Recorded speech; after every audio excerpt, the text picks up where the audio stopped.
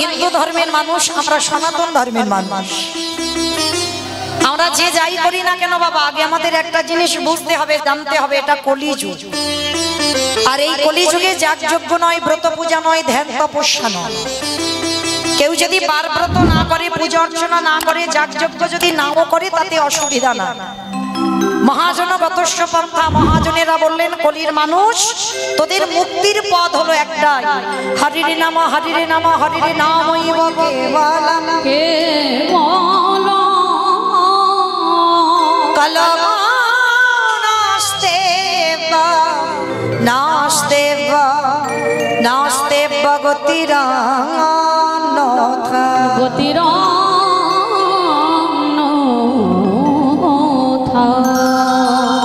কলির মানুষের হরিনাম ছাড়া কোনো গতি নাই, কোনো গতি নাই, কোনো গতি নাই। আপনারা প্রশ্ন করবেন মৌমিতা, ও তো সব কীর্তনিয়ারা বলে যেখানে ভাগবত পাঠে যাব সেখানেও একটা কথা বলে, যেখানে কীর্তন শুনতে যাব সেখানে কীর্তনিয়ারা একটা কথা বলে হরিনাম করো, হরিনাম শোনো, একাদশী করো, ভগবানের চরণে তুলসী দাও, ও ছাড়া আর কোনো কথা নাই। সবাই বলে না, আর আপনারা আমরা কি করি, ওই কানে শুনি, শুনে আবার এখান থেকে চলে যায়। আর যতক্ষণ এখানে থাকি মা ততক্ষণ মনে থাকে, আর এখান থেকে বেরিয়ে গেলে সব ভুলে যায়। কিন্তু একটা কথা মনে রেখো মা, এই যে কীর্তনিয়ারা বা ভাগবত পাঠ যারা করছেন, যারা বলছে যে হরিনাম ছাড়া মানুষের শেষের দিনে কোনো পদ নাই আর গতি নাই, যে যাই করো না কেন একমাত্র সম্বল হরিনাম। যদি বলেন বাবা এটা আমার কথা না, বাস্তবে মিলিয়ে নেন। কীর্তন শুনলে হবে না বাবা, সবার আগে একটু অনুভবের দরকার। আর অনুভব যদি করতে না পেরেছে, কীর্তন গাওয়া বা শোনা দুটোই বৃথা হয়ে যায়।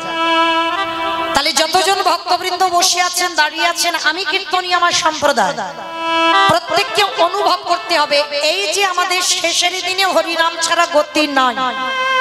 এই যে আমরা সবাই বলে যাচ্ছি, সবাই শুনছি, একটু মিলিয়ে দেখেন তো মা, এই কলিযুগে হরিনাম ছাড়া গতি আছে? গতি যদি থাকতো বাবা, যে যত বড় ধনী হোক না কেন, যার যত টাকা থাকুক না কেন, যার যত অর্থ থাকুক না কেন, কেউ যদি সারা জীবনটা দিল্লি বোম্বে কাটিয়ে দেয়, সোনার পালঙ্কে ঘুমায়, কেউ যদি টাকার বিছনা করে ঘুমায়, তবু কিন্তু শেষের দিনে এরা তোমার কেউ আপন নয়। এসেছো একা, তুমি যাবে একা। যেদিন ধরা এসেছিলে তুমি কাউকে সঙ্গে আনো না, আরে যেদিন ধরা থেকে চলে যাবে তুমি কাউকে সঙ্গে নিয়ে যাবে না। তাহলে কিসের জন্য এত আমার আমার করা? ছেলে আমারে, মেয়ে আমারে, জায়গায় আমারে, জমি আমারে, বৈভব আমারে, বিষয় আমারে, বন্ধু আমার, কিন্তু যতই আমার করো না কেন, একেবারে যদি বাঁশি বেজে যায়, পড়ে থাকবে তোমার সরকারি ক্ষমা। এসেছো একা, তুমি যাবে একা। মায়েরা, শেষের দিনে কেউ যাবে তোমার? যতই বলুক না কেন, আমি তোমায় জীবন দিয়ে ভালোবাসি, আমি তোমার প্রাণ দিয়ে ভালোবাসি, আমি তোমার ছাড়া থাকতে পারি না। যত বলুক না কেন এত এত ভালোবাসি। যেমন এসেছো একা, তেমন যাবে একা। এসেছো হাতে করে কিছু আনোনি, আর যেদিন চলে যাবে সেদিনও তুমি কিছু নিয়ে যাবে না। তবে সাথ দেবে কি? তোমার কর্মফল। তুমি যেমন কর্ম করবে তোমার তেমন সাজা পেতেই হবে। এই যে আমরা মানুষরা না বাবা ভুলভাল সিদ্ধান্ত নিই, অনেকে দোষ চাপাই, অমুকের জন্য আমার জীবনটা বরবাদ হয়ে গেল, অমুকের জন্য আমার জীবনে এত কষ্ট, অমুকের জন্য জীবনে আমার এত দুঃখ। সব ভুল, কোনোটাই ঠিক নয়। মনে রেখো, তোমার সুখ দুঃখ তোমার উপরে, কারণ তোমার কর্মই তোমাকে নিয়ে যাবে সুখের পথে, তোমার কর্মই নিয়ে যাবে তোমার দুঃখের পথে। কতদিন তুমি হরিবাসরে বসেছো, কতদিন তুমি ভাগবত আসরে গেছো, কতদিন একাদশী করেছো, কতদিন গোবিন্দ চরণে নয়ন জলে তুলসী দিয়েছো। এই ভালো ভালো কর্মগুলো তোমার সাথ দেবে। তবে মায়েরা, আর একটা গ্যারান্টি আমি দিতে পারি, আর একজন তোমার সাথ দেবে, সে কে জানো? ওই গ্যারান্টিটা আমি দিচ্ছি। আমার এলাকায় নিয়ম আছে বাবা, সে যত বড় লোক হোক আর যত গরিব হোক, যার বাড়িতে আছে তো খুব ভালো, আর যার বাড়িতে নাই দুটো জিনিস ভাড়া করতে হবে, একটা হলো খোল আর একটা হলো করতা। আর যখন মরা দেহটা কাঁধে নিয়ে যায় কি বলে, বলো হরি বলো হরি। কি মাইরা বলে তো আপনাদের এই এলাকায় বলে তো, মানুষ মরে গেলে বলো হরি হরি বল। কেন বলবো? এই জায়গাটা একটু ভালো করে অনুভব করে দেখেন বাবা, ঠাকুর বিসর্জন করতে যাচ্ছে, বড় বড় ডিজে বক্স বাজছে, বাজছে না? শুধু বাবা ভ্যানে করে এখন যাচ্ছে না, লরিতে করে বাবা বক্স বেঁধে ডিজে বাজাতে বাজাতে যাচ্ছে। কি মা যাচ্ছে তো? তাহলে যেদিন আমাদের দেহটা বিসর্জন হবে সেদিন কি একটা ডিজে বক্স বাজাতে বাজাতে গেলে হতো? নিশ্চয়ই হতো। তাহলে হচ্ছে না কেন?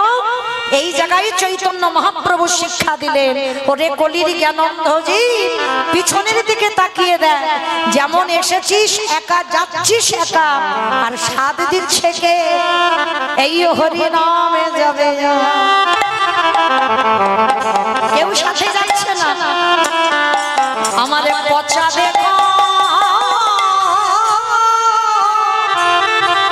দেহ যাবে, যেদিন তুমি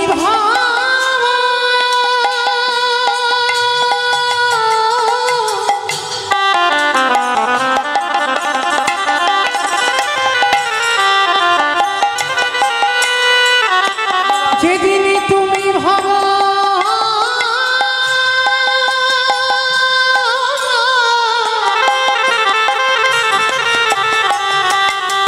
যেদিন তুমি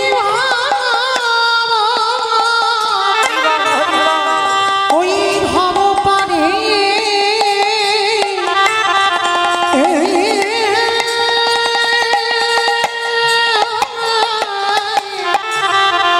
পড়ে যাবে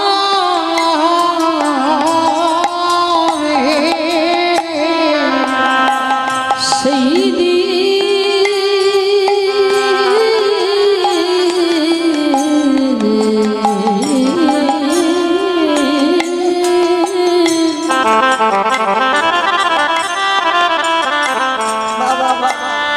সেই দিনে নাম যাবে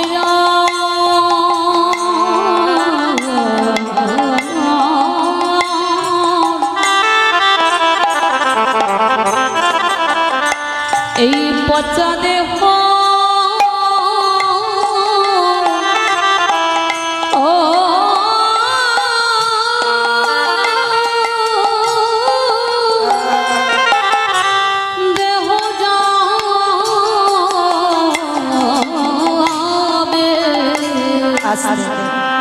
তাহলে মায়েরা ভালো যদি বাঁচতে হয়, পৃথিবীতে অন্য কাউকে নয় গো, ভালো যদি বাঁচতে হয় আমার গোবিন্দ চরণ ভালোবাসো। ওই চরণ যদি ভালোবাসতে পারো তবে মা সময় থাকতে থাকতে ভালোবাসতে হবে। শিশুকালে কৃষ্ণ ভজে কৃষ্ণ পাবার আসে, কৃষ্ণ পাবার আসে, অগো যৌবন কালে কৃষ্ণ ভজে আসে আসে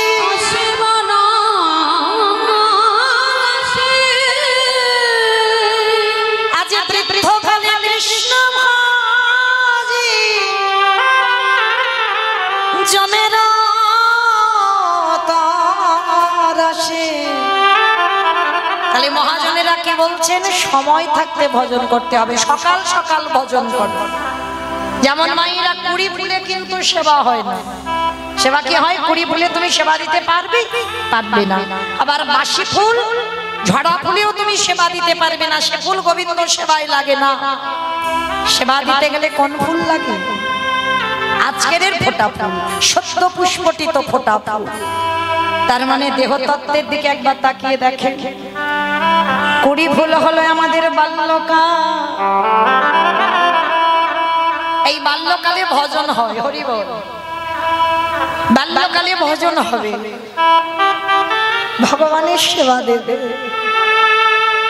কিন্তু সে সেবায় মা তৃপ্তি পাবে না, শান্তি পাবে না, কারণ তুমি তো কিছু বুঝছো না। মানে ভালোবাসায় তৃপ্তি হচ্ছে না। আর বাসি ফুল মানে, ঝরা ফুল মানে বার্ধক্য দশা। চুলগুলো পাক ধরছে, একটা দুটো কুকুর দন্ত পড়ে যাচ্ছে, শরীরে চামড়া আলগা হয়ে যাচ্ছে।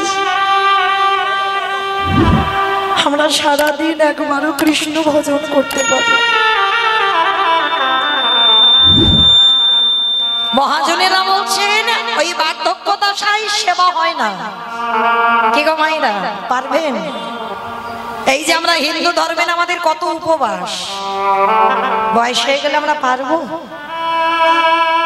বহু ভক্তরা বাবা জন্মাষ্টমী উৎসব পালন করি আমরা, কিন্তু এই যে আজকের ব্রত কত পালন করে?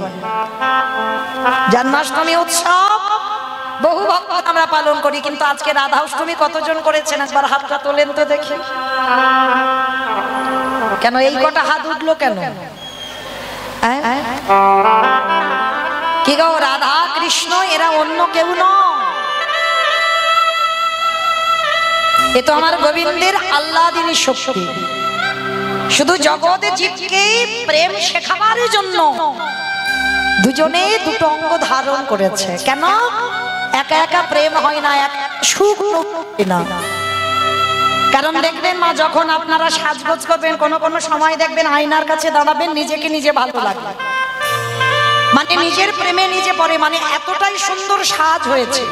মানে নিজের আয়নায় দেখেছিল আমার গোবিন্দ একদিন, আর দর্শন করে মনে মনে ভাবলো আমি এত সুন্দর, কিন্তু একা একা কি বাবা আনন্দ উপভোগ করা যায়? যায়। তাহলে একটা নারী প্রেম, তার জন্য ভগবান নিজের অঙ্গ থেকে নিজের আল্লাদিনী শক্তি, আল্লাদিনী মানে আনন্দ শক্তি, নিজে আনন্দ উপভোগ করবে বলে আমার রাধারানীকে সৃষ্টি করেছে। রাধারানী কারোর গর্ভে আসেনি, রাধারানী গোবিন্দের আল্লাদিনী শক্তি। এই রাধা কৃষ্ণ কোনো ভেদ নয়। আর যারা বোঝে না বাবা, তারাই জানে না, তারাই এত এত কথা বলে, রাধা কৃষ্ণ প্রেম করে বেড়াচ্ছে। ওরা অন্য কেউ নয়, ওদের একই আত্মা, দুটো অঙ্গ দুটো দেহ ধারণ করেছে। কেন? জগৎকে লীলা শিক্ষা দেওয়ার জন্য। তাহলে আজকের সেই রাধারানী সখীদেরকে বলেছিল, সখীরে কুড়ি ফুলে সেবা হয় না, বাসি ফুলে সেবা হয় না, আমাদের ফোঁটা ফুলে লাগায়। আর ফোঁটা ফুল মানে আমাদের যৌবন। কি গো মাইরা, যখন দেখবেন তোমার শরীরের ক্ষমতা থাকবে, এই যে হাত পা চলবে, তোমার শক্তি আছে, তোমার ক্ষমতা আছে, কাজকর্ম করবা, তখন ভজন সাধন করে যতটা তৃপ্তি পাবে তা অন্য কাল কোনোদিনই হবে না। এইবার একটু আমি বলবো, মন প্রাণ দিয়ে আস্বাদন করবে, নিস্তব্ধ হয়ে, কেমন? কোনো কথা নয়, কোনো গন্ডগোল নয়। কলিকালে যিনি সত্যতে নারায়ণ, ত্রেতাতে রাম, দাপরে কৃষ্ণ, কলিতে হলো গৌরাঙ্গ। চারটি যুগে ভগবান চার ভাবে অবতীর্ণ হয়েছে, কিন্তু যেই নারায়ণ, যেই রামচন্দ্র, যেই কৃষ্ণ, সেই তো গৌর। তাহলে আজকের কলিযুগে যে কৃষ্ণ গৌর হয়ে এলো, সাধারণ কোনো ভক্তের ডাকে আসেনি, এসেছিল কার ডাকেই? না, শান্তিপুরের মাটিতে বুড়ো অদ্বৈত আচার্য গোসাই। আমাইরাই অদ্বৈত আচার্য গোসাইকে জানো? তোমাদের গ্রামে জানো কেউ ভেবো না। যাদের বাড়ি পঞ্চতত্ত্ব ছবি আছে বাবা, শ্রীকৃষ্ণ চৈতন্য, প্রভু নিত্যানন্দ, শ্রী অদ্বৈত গদাধর, শ্রীবাস আদি গৌর ভক্তবৃন্দ, এই যে বাবা 5 জনের ছবি আছে, মাঝখানে জেনে নিমাই, আমরা সবাই জানি। আর ওই নিমাইয়ের ডান দিকে দেখবেন একটা বয়স্ক লোক দাঁড়িয়েছে, একেবারে মুখে চুল গোপ, দাড়ি পেকে সব সাদা, ইনি হলেন বুড়ো অদ্বৈত আচার্য গোসাই। আমার চৈতন্য মহাপ্রভুর থেকে 52 বছরের বড়, 1-2 দিনের বড় নয়। আর যার আকুল আহ মানে 12 বছর তুলসী বাসিয়ে কৃষ্ণকে গৌর করে এনেছে। তাহলে এইবার আমাদের জানার বিষয়, পৃথিবীতে ভক্তের অভাব নাই মা, লাখ লাখ ভক্ত আছে, হাজার হাজার ভক্ত আছে, কোটি কোটি ভক্ত আছে। তাহলে এত ভক্ত থাকা সত্ত্বেও একেবারে শান্তিপুরের বুড়ো মালির ডাকে কেন এলো কৃষ্ণ গৌর হয়ে? এটাই আজকের আমাদের প্রথম জানতে হবে, কিসের জন্য এলো ওই শান্তিপুরের বুড়ো মালিরটার ডাকে? তাহলে বাবা ওই বুড়ো মানুষটার শরীরে কতটা পাওয়ার ছিল, কতটা ক্ষমতা ছিল, যার জন্য কৃষ্ণকে গৌর করে আনলো। সেই সুখবিলাস পরিত্যাগে করে, রাজ সিংহাসন পরিত্যাগে করে, রাজ ঐশ্বর্য পরিত্যাগে করে কলিকালের মাটিতে গৌর হয়েছে। কারণ ওই মানুষটা সাধারণ কোনো মানুষ নয় মা, ওই মানুষটা ছিল যার একটা নাম হচ্ছে মৃত্যুঞ্জয়। আচ্ছা বলো তো বাবা, মৃত্যুঞ্জয় কোন ঠাকুরকে বলে? শিব ঠাকুরকে। বাহ, শিব ঠাকুরের নাম হচ্ছে মৃত্যুঞ্জয়। কেন মৃত্যুঞ্জয় বলা হলো? না, ওই একজনই দেবতা বাবা মৃত্যুকে জয় করেছিল। সত্যযুগে মরণ হলো না, ত্রেতা যুগে মরণ হলো না, দাপরিতে মরণ হলো না, কলিযুগের মাটিতে সেই ভোলানাথ অদ্বৈত আচার্য গোসাই হল। তাহলে আমাদের জানার বিষয় যে আজকের যে ভোলানাথ তিন যুগে শিব হলো, কলিকালে কেন শিব হচ্ছে না? এই কেনর কথা জানতে গেলে বাবা আমাদের সবাইকে যেতে হবে মহাভারতে যুধিষ্ঠির রাজস্বয় যজ্ঞে। এই মহাভারতে যুধিষ্ঠির মহারাজ করেছিল রাজস্বয় যজ্ঞ। যারা এখানে তত্ত্ব জ্ঞানী, যারা শাস্ত্র জ্ঞানী, যারা গ্রন্থ পাঠ করেন তারা জানেন এই রাজস্বয় যজ্ঞ করতে বাবা বহু মানুষের প্রয়োজন। কারণ যজ্ঞ অনুষ্ঠান একা একার দ্বারা অসম্ভব। যেমন আমার এই কমিটি দাদা ভাইরা এই যে রাধা অষ্টমী কীর্তনটা করাচ্ছেন, একা একার দ্বারা কি হচ্ছে? আপনারা প্রশ্ন করবেন মৌমিতা কেন ব্যক্তিগত কীর্তন তো হয়, একাই অনুষ্ঠান করে? বলে শোনো ভাই, অর্থ হয়তো একজন দেয়, কিন্তু শ্রম অনেককে দিতে হয়। যেমন এই অনুষ্ঠান করতে গিয়ে কত দাদা ভাই, কত ভাইদের, কত বাবাদের শ্রম দিতে হয়। তো মহাভারতে যুধিষ্ঠির মহারাজ রাজস্বয় যজ্ঞ করলো, আর সেই যজ্ঞে ভগবান কৃষ্ণ বর্তমান থেকে সবাইকে দায়িত্ব বুঝিয়ে দিল। সবাইকে একটা একটা করে কাজ বোঝাচ্ছে। আর যুধিষ্ঠির মহারাজ ডাক দিল, কৃষ্ণ কৃষ্ণ, তুমি তো সবাইকে দায়িত্ব দিচ্ছ, ও কৃষ্ণ তুমি নিজে কোনো দায়িত্ব নেবে না, নিজে কোনো কর্ম করবে না? ভগবান আমার একটু মুচকি হেসেছে, হেসে বলল, জানো যুধিষ্ঠির দাদা, আমি তো সবাইকে একটা করে কাজ দিয়েছি, আর আমি আমার জন্য আলাদা করে দুটো কর্ম ফেলে রেখেছি। সে কি, তুমি সবাইকে একটা করে কাজ দিচ্ছ আর তুমি তোমার নিজের বেলা দুটো কাজ? আচ্ছা কৃষ্ণ, তুমি কি কি কাজগুলো করবে একবার বলো তো দেখি। বলে, জানো দাদা, আমার প্রথম কর্ম হবে এই যজ্ঞে যত যত ভক্তরা আসবে, আমি কৃষ্ণ দয়াময় হয়ে সবার প্রথমে আমি নিজের হাতে তাদের চরণ যুগল আগে ধৌত করে চমকে উঠেছি। অসম্ভব কৃষ্ণ, এটা তুই কি বলছিস? কে কোন জাতের মানুষ আসবে জাতের ঠিক নেই, আর তুই সবার পা ধোবাবি? বলে, হ্যাঁ দাদা, এটা হবে আমার প্রথম কাজ। একটা কথা মনে রেখো মা, মানুষ জাতের বিচার করে কিন্তু আমার ভগবান জাতের বিচার করে না। কে হিন্দু, কে মুসলমান, পশু পাখি, কীট পতঙ্গ, দানব মানব, সবাইকে আমার ভগবান প্রেম দিয়েছে। আর প্রেম যদি না দিত, নবদ্বীপের মাটিতে মলয় চাঁদ কাজীকে উদ্ধার করতো না। যে জায়গাটা কাজী সাহেবের সম্পত্তি, সেটা এখন হয়ে গেছে বাবা মায়াপুর। ওটা ছিল মিয়াপুর, মানে মুসলমানের নাম অনুসারে মিয়াপুর ছিল, সেটা আমরা হিন্দুরা করে দিলাম বাবা মায়াপুর। তাহলে সেই কাজী সাহেবকে উদ্ধার করেছে। আপনারা যারা যাবেন মায়াপুর দেখবেন, ওই মায়াপুরের আগের স্টপেজে পড়ে না বামন পুকুর, ওই বামন পুকুরে আছে আজও সেই কাজী সাহেবের সমাধি। ওই মুসলমান, বিধর্মী মুসলমান কাজী কি করেছিল? হিন্দুদের হরিনামে বাধা দিত। যেখানে যেখানে হরিনাম হবে, যেখানে যেখানে কৃষ্ণ নাম হবে, খোল করতাল গিয়ে ভেঙে গুড়িয়ে দিত। করতালগুলো নিয়ে সুরধনী গঙ্গায় ভাসিয়ে দিত, খোলগুলো লাঠি দিয়ে ভেঙে দিত। সবাই কি আমার নিমাইয়ের কাছে নালিশ জানালো। আর আমার ভগবান তো কোনোদিন রেগে যায় না, সবাইকে বোঝালো তোমরা শান্ত হও, আমি দেখছি কি করা যায়। পরের দিন কাজী সাহেব ঘুমিয়ে আছে বাবা। আর ভগবান কি করেছিল জানো? দেহটা মানুষ আর মুখটা পশু। বলো তো কোন ঠাকুর? দেহটা মানুষ আর মুখটা পশু। গণেশ ঠাকুর। বলে গণেশ ঠাকুর, মন্দ বলেনি, মানে ভেবেই বলেছে। কিন্তু আমি যেটা বলছি বাবা, এটা নৃসিংহদেব। দেহটা মানুষ আর মুখটা পশুর মতো। তো এসে কাজী সাহেবের গলাটা টেপে ধরে বলে উঠলেন, শোনো কাজী,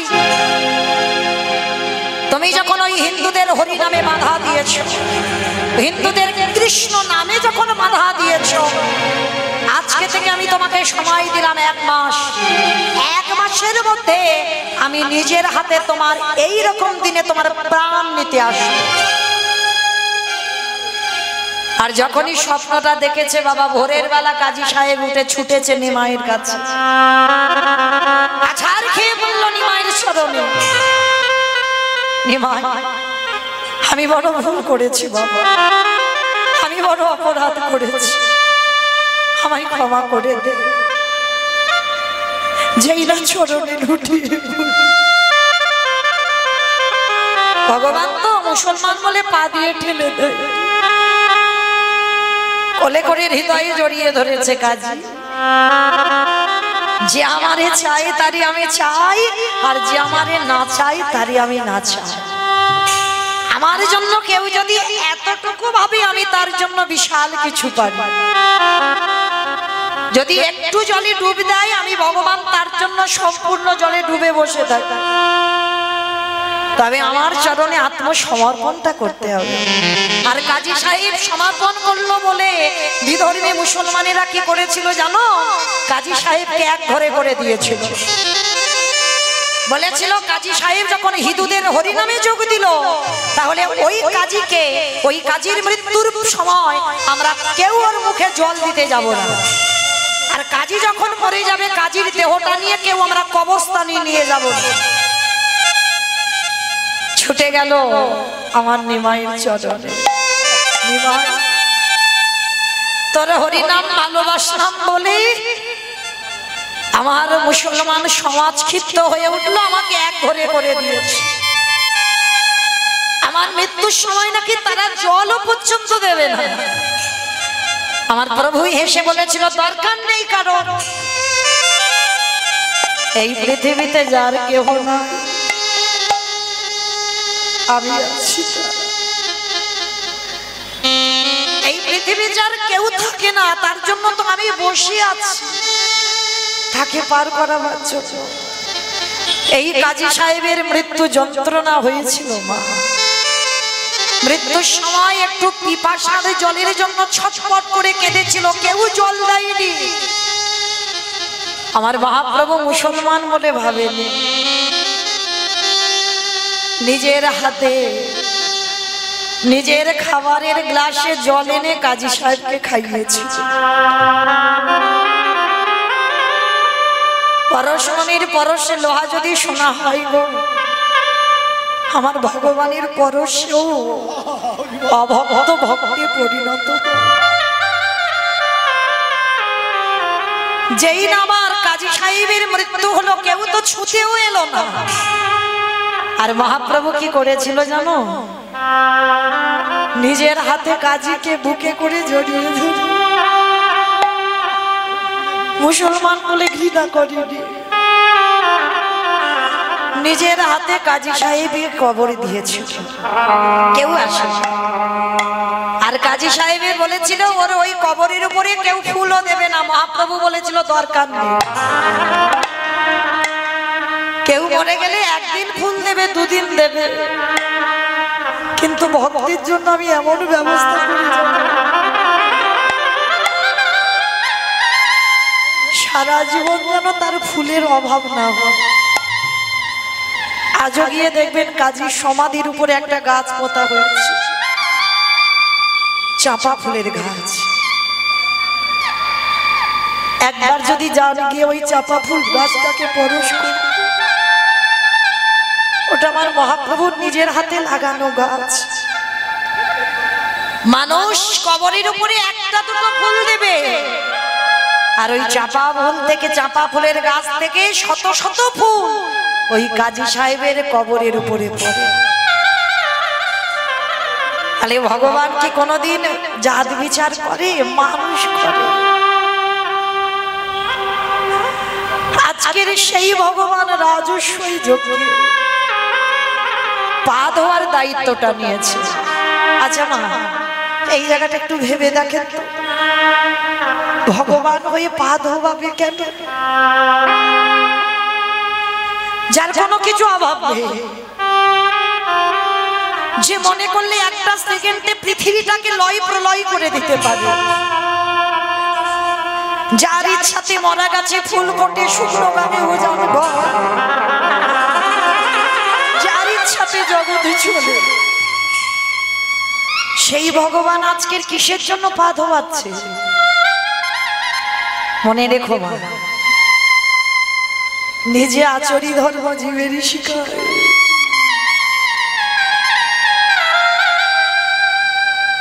নিজে না করলে ধর্ম জীবকে শিখানো যায়। আমাকে দেখে কেউ শিখবে বলে মনে হয়?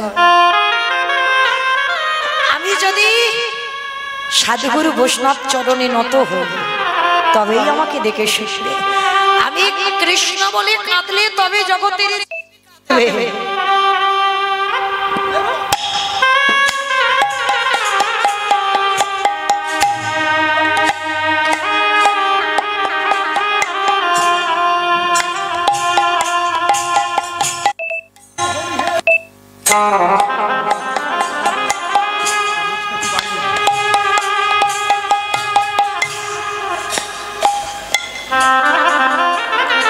যারা শিক্ষা জায়গায় দাঁড়ায় বাবা, তাদের হৃদয়ে যদি প্রেম না থাকে, তাদের হৃদয়ে যদি ভক্তি না থাকে, তাহলে তাদেরকে দেখে শিক্ষা হবে বলে মনে হয়? তাকে আগে নিজের আচরণ ঠিক করতে হবে। তাই তো আমার ব্রজেন্দ্র নন্দন কৃষ্ণ, বিশ্বের স্রষ্টা মালিক ভগবান রাজস্বই যজ্ঞের দরজায় দাঁড়িয়েছে। যারা যারা আসছে ছোট বড় বিচার করছে না, সবার পা ধোয়াচ্ছে। কেন? আপনাদের আমাদের শিক্ষা দিলে। ওরে কলিরিজি, তোদের ঘরেও যদি গুরুজনেরা আসে, সবার প্রথমে পা ধোবার ব্যবস্থাটা করিস। এখানে ওখানে পার্ষদরা এসেছে, আর ওই হুগলি জেলায় যে জায়গাটার নাম হচ্ছে আদি সপ্তগ্রাম। যেমন হুগলি জেলায় বাবা তারকেশ্বরের মন্দির, অনেকে নাম শুনেছেন, অনেক নাম ডাক, তারকেশ্বরের মন্দির, হবিরামের শিপাট।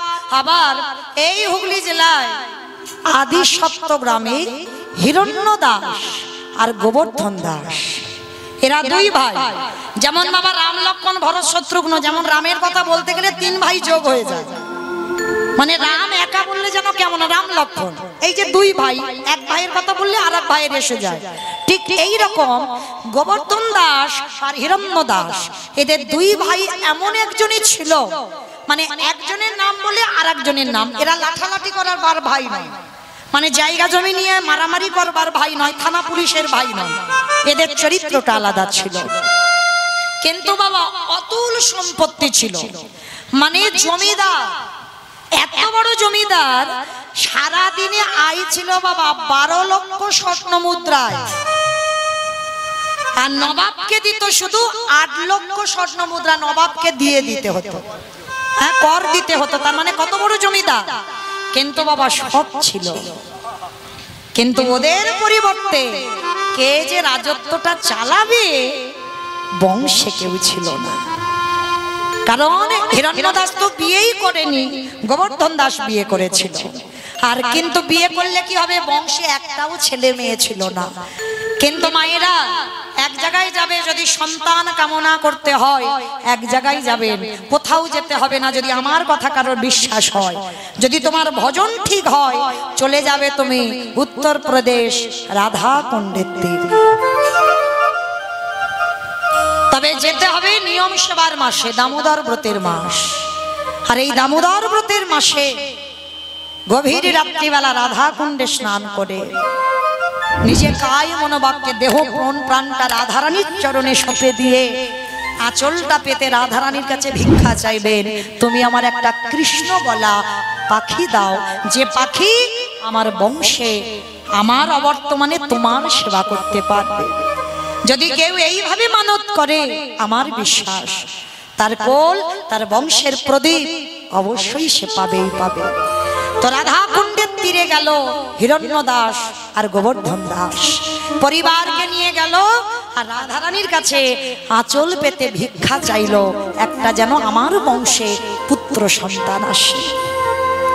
এসেই গেল শুভ দিন, শুভক্ষণ, শুভ লগ্নে আজকে গোবর্ধন দাসের ঔরসে জন্ম নিল। আদি সত্যগ্রামে জন্ম নিল দাসের ভুল। আদি সত্যগ্রামে জন্ম নিল দাসের ভুল। আদি সত্যগ্রামে জন্ম নিল দাসের ভুল। আদি সত্যগ্রামে জন্ম নিল দাসের ভুল। বলি উলুধ্বনি হরিধ্বনি করিলা ভুবন। উলুধ্বনি হরিধ্বনি করিলা ভুবন। উলুধ্বনি হরিধ্বনি করিলা ভুবন। আবার উলুধ্বনি হরিধ্বনি করিলা ভুবন। আজ জয় দাও জয় দাও, জয় রাম আজ জয় দাও জয় দাও, জয় রাম ভক্তের জন্ম হলো, জয় রাম ভক্তের জন্ম হলো। জয় রাম। বাবা মার কোল আলো করে, জ্যাঠামশাইয়ের কোল আলো করে জন্ম নিল রঘুনাথ দাস। কিন্তু মায়েরা, রঘুনাথ দাস ছোট্টবেলা থেকে, জন্ম থেকে বৈরাগ্য ভাব, তার কোনো কিছু খেলা ভালো লাগে না। আমাদের সংসারে ছেলে মেয়েদের বাবা কত কিছু খেলনা,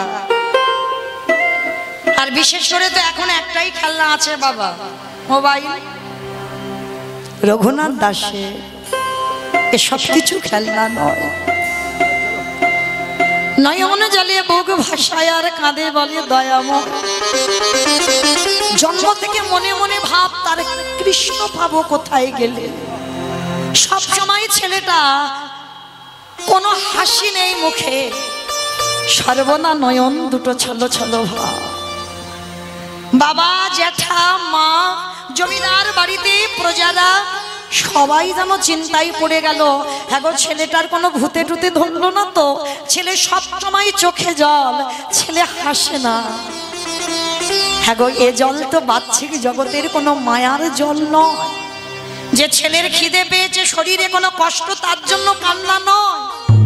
ছোটবেলা থেকে রঘুনাথের একটাই ভাব, আমি কোথায় গেলে তারে পাবো, আমি কোথায় গেলে তার দর্শন পাবো। অন্নপ্রাশন হলো, ওই ছেলেটা ছোট্টবেলা থেকে ভগবানের মূর্তি নিয়ে খেলা করে। ধীরে ধীরে রঘুনাথ বড় হলো। বাবা মা চিন্তা করলো রঘুনাথকে পাঠশালায় দিতে হবে। এখনকার সমাজে যে নিয়ম, তখনকার সমাজে ওই রকম নিয়ম নয়। এখন তো আমরা ঘরে থেকে বাবা পড়াশোনা করি, স্কুলে যাই। কিন্তু রঘুনাথের বাবা জমিদার তো, যেমন প্রহ্লাদকে, ধ্রুবকে পাঠশালায় ভর্তি করেছিল, গুরু পাঠে পাঠিয়েছিল। আর লেখাপড়া শেষ করে তবে বাড়িতে আসতে পারবে, তার আগে নয়। রঘুনাথকে নিয়ে গেল গোবর্ধন দাস আর হিরণ্য দাস। ওদের বাড়ির কুল পুরোহিত ছিল, যার নাম বলদেব আচার্য। আর বলদেব আচার্যের কাছে তখন রঘুনাথের বয়স দাঁড়িয়ে গেল 5 বছর। ওই 5 বছরের রঘুনাথকে নিয়ে গেছে। গুরুদেব, হে গুরুদেব, আপনি কৃপা করে আমার রঘুনাথকে আপনার চরণে ঠাঁই দেন। অসম্ভব, ও বড় লোকের ছেলে, ও খামখেয়ালি হবে। কারণ বড় লোকের ছেলেরা বাবা এমনি খামখেয়ালি হয়, যে যখন যেটা মনে করবে তখন সেটা চাই। আর শোনো হিরণ্য, শোনো গোবর্ধন, তোমার ছেলেকে আমি এখানে আশ্রয় দিতে পারবো না, কারণ ও ছেলে অন্যায় করলে আমি সহ্য করতে পারবো না, আমি ওকে গলা ধাক্কা দিয়ে বের করে দেব। গোবর্ধন আর হিরণ্য বলছে, গুরুদেব আপনি জানেন না, দুটো দিন রঘুনাথকে রেখে দেখেন। রঘুনাথ অন্যান্য ছেলেদের মতো নয়, রঘুনাথ একেবারে আলাদা, খুব শান্তশিষ্ট, কোনো কথা বলে না, ওর কোনো বায়নাও নেই। ও যদি ওর খিদেও পায় কোনোদিন বলবে না যে আমার খিদে পেয়েছে। দুটো দিন রেখে দেখেন গুরুদেব। ঠিক আছে হিরণ্য, তুমি যখন বলছো তোমরা জমিদারের মানুষ, তবে আমার ইচ্ছা নেই, তবু আমি তোমাদের কথা মতো রাখলাম। তবে যদি কোনোদিন রঘুনাথ অন্যায় করে, আমি ওকে গলা ধাক্কা দিয়ে এখান থেকে বের করে দেব। রেখে গেল বাবা জ্যাঠা রঘুনাথকে। আর তখনকার আর পড়াশোনা বলতে একটাই, ভাগবত পড়াশোনা। শুধু আশ্রমে রঘুনাথ একানো, আরো অন্যান্য ছেলেরা আছে, ওর বয়সী ছেলেরা। তা গুরুদেব ভাগবত পাঠে বসেছে, সমস্ত পড়ুয়াদের ডেকেছে, সবাই এসে বসেছে। সবাই কত গল্প, মানে অতটুকু বয়সে বাবা ভাগবতে কিছু বোঝে, কিন্তু ছোটবেলা থেকে গুরুদেব শ্রবণ করায়, যদি চৈতন্য হয়। তা সবাই শুনছে, আর রঘুনাথ বসে আছে সবার সামনে। গুরুদেব ভাগবত পড়ছে। কিছুক্ষণ পর বাবা সমস্ত পড়ুয়ারা উঠে চলে গেল, আর গুরুদেব ভাগবত পড়ছে। রঘুনাথ বসে বসে কাঁদছে। সবে কালকে এসেছে, আজকের কাঁদছে। তা গুরুদেব পাঠ করতে করতে দেখছে রঘুনাথ অঝর নয়নে কাঁদছে। গুরুদেব ভাগবতটা রেখে রঘুনাথের কাছে গেছে, এই বাবা আমার কাছে আয়, বাবা মার কথা মনে পড়ছে, জ্যাঠামশাইয়ের কথা মনে পড়ছে নাকি খিদে কষ্ট পাচ্ছিস? তোর বাবা জ্যাঠা বলে গেল তুই নাকি খিদে পেলেও কিছু বলিস না। বল বাবা কি হয়েছে তোর? না গুরুদেব, আমার বাবা মা জ্যাঠার প্রতি আমার কোনো মোহ নেই। পৃথিবীতে কত আমার বাবা হলো, কত আমার মা হলো। 5 বছরের ছেলে চৈতন্য দেখেন, সে জানে ওটা জড় জগতের, আমার দেহ জগতের বাবা মা, আসল বাবা মা নয়। কতবার জন্ম নিয়েছি, কতবার বাবা হয়েছে, মা হয়েছে। আমি কারোর ছেলে ছিলাম, আজকের কারোর হয়েছি, পরশু কারোর হব। ওর জন্য গুরুদেব আমার কোনো কষ্ট দুঃখ নেই। তবে কি বাবা তোর খিদে পেয়েছে না গুরুদেব? আপনার মুখে এই ভাগবত শুনছি, আমার তো খিদে চলেই গেছে, খিদে পাই। তাহলে বাবা তুই কাঁদছিস কেন রে? গুরুদেব আমি আপনার ভাগবত শুনেই কাঁদছি। সে কি, তুই এত কঠিন ভাগবত তুই বুঝতে পারছিস? বলে গুরুদেব আমি কিছু বুঝতে পারি বা না পারি, তাহলে তুই কাঁদছিস কি করে? বলে গুরুদেব কাঁদছি একটাই কারণ, আমি কি তারে পাবো না।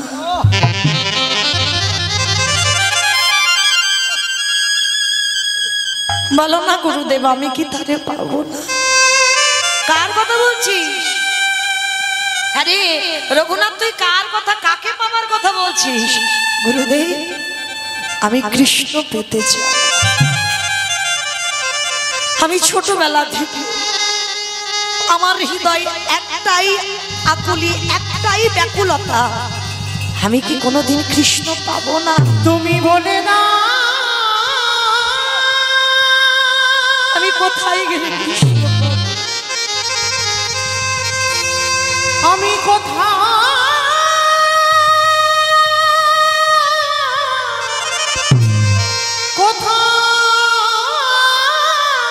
গেলে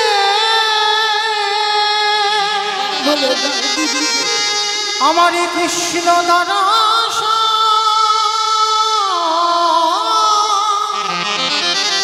দরস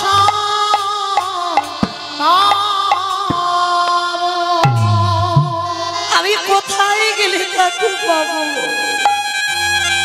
একবার বলে দাও। আমি কোথাও গেলে গুরুদেবের দুটো চরণ জড়িয়ে পাব দেখা ওগো দয়া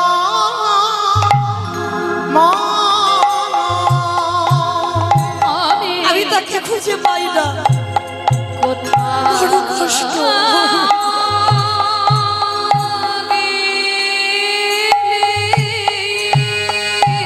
একবার বলে দাও গুরুদেব আমি কোথায় পাবো আমার কৃষ্ণকে।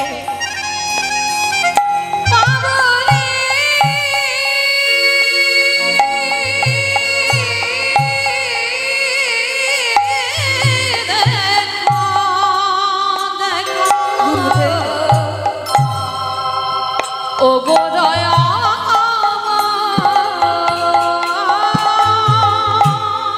নয়নি জলে না আগলি নাকি প্রভু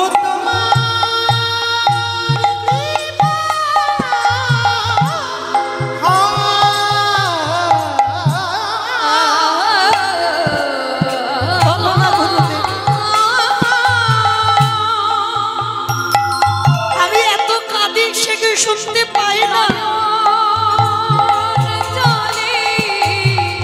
আমি তাকে পাবো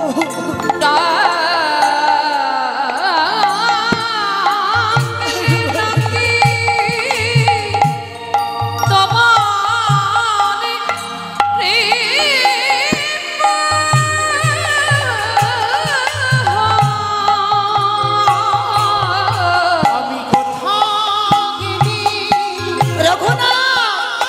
চুপ কর, চুপ কর, কাঁদিস না বাবা।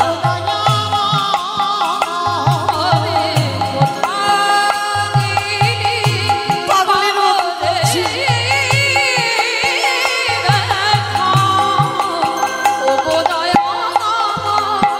চুপ কর, কাঁদিস না।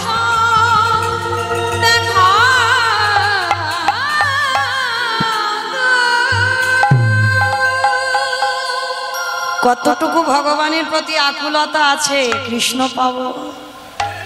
ওই বাচ্চাটা পাগল হয়ে গুরুদেবের পায়ে পড়ে কাঁদছে। বলো না গুরুদেব এত কাঁদি এত ডাকি আমার ডাক কি শুনতে পাই না। পাবি বাবা পাবি, পাবি তুই কৃষ্ণ পাবি। আমি গুরুদেব আমি তোর মাথায় হাত দিয়ে বলছি পাবি বাবা, আমার আশীর্বাদ বৃথা যাবে না, পাবি তুই কৃষ্ণ। গুরুদেব অবাক হয়ে গেল, ওইটুকু বয়সে এত ভক্তি এত ভগবানের প্রতি আকুলতা। আর এই রকম আকুলতা না হলে বাবা কৃষ্ণ মেলে না। আর ওদিকে হরিদাস ঠাকুর লক্ষ্য হীরাকে উদ্ধার করে বড়দেব আচার্যের ঘরে এসেছিল। ভক্ত সমাজ বৈষ্ণব সমাজ মিলিত হয়েছে। আর রঘুনাথ ছোটবেলা থেকে যেখানে বৈষ্ণব সমাজ হয় ছুটে যায়, যেখানে বৈষ্ণব মণ্ডলী আসে ছুটে যায়, ছোটবেলা থেকে এর চরিত্র এটাই। তা যেই না আজকের ওই হরিদাস ঠাকুর এসেছে, সবাই হরিদাস ঠাকুরকে দেখে বাবা পঞ্চাঙ্গ প্রণাম করছে। পঞ্চাঙ্গ মানে হাঁটুটা মাটিতে রেখে প্রণাম। আর ওই ছোট্ট রঘুনাথ সবার মাঝখান থেকে গিয়ে একেবারে মাটিতে শুয়ে পড়ে দণ্ডবত প্রণাম। যেমন বাবা নামাচার্য হরিদাস ঠাকুর 24 ঘন্টায় 3 লক্ষ নাম জপ করে। 1 লক্ষ মনের ভিতরে, মানে দাঁত নড়বে না, জিভ নড়বে না, কোনো ফিসফিস আওয়াজ হবে না। 1 লক্ষ মনের ভিতরে জপে 1 লক্ষ আওয়াজ হয়, আর 1 লক্ষ উচ্চ স্বরে করে। এই 3 লক্ষ নাম নামাচার্য হরিদাস ঠাকুর করতেন। আর এই যে দণ্ডবত প্রণাম রঘুনাথের থেকে জগতে এত ভক্ত আছে, রঘুনাথের থেকে বেশি আর কেউ কোনোদিন দণ্ডবত প্রণাম করতে পারবে না। তো যেই না দণ্ডবত প্রণাম, তা আমার হরিদাস ঠাকুর সঙ্গে সঙ্গে আমার রঘুনাথের হাত ধরে তুলেছে। এই বাবা দাঁড়া দাঁড়া দাঁড়া। আচ্ছা বাবা, ভক্ত চিনবে কি করে? এই তো সব তিলক সেবা আছে, সব তো গলায় মালা আছে, সব ভক্ত?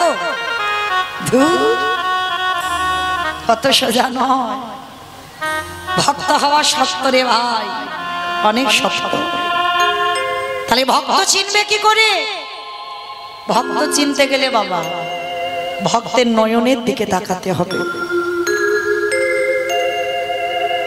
যার নয়নে কৃষ্ণ নামে বাড়ি ঝরে, নয়নের দিকে তাকালে বোঝা যাবে লোভ লালসা কামনা বাসনা কিছু নেই, একটাই লালসা, আমি কি কৃষ্ণ পাবো না?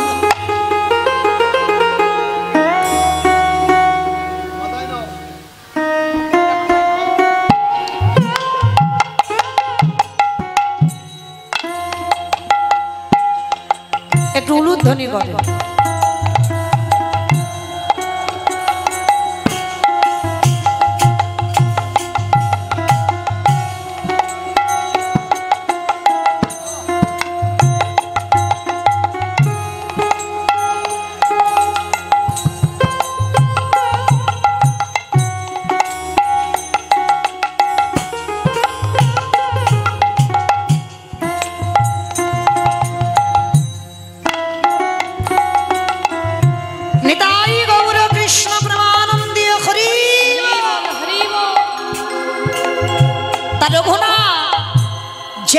প্রণাম করেছি আমার হরিদাস ঠাকুর রঘুনাথের চোখের দিকে তাকিয়ে বলে বলেন, এই তো এই তো এই তো সেই মাটি, যে মাটিতে বীজ বপন করলে অঙ্কুরিত হবেই হবে। কোন মার্গের কথা বললো দেখো হরিদাস ঠাকুর, এই মাটিতে বীজ পুঁতলে অঙ্কুরিত হবেই হবে। আমি নিশ্চিত। আর এই হরিদাস হরিদাস ঠাকুরকে সর্বক্ষণ বাবা রঘুনাথ অনুকরণ করত। জমিদারের ছেলে হয়ে পরনে রাজ পোশাক নয়, পরনে একটা বহির্বাস একটা অন্তর্বাস, রঘুনাথের পোশাক। আর ঘুমাতো কোন জমিদারির পালঙ্ক নয়, ছোটবেলা থেকে ধুলার পরে ঘুমাতো।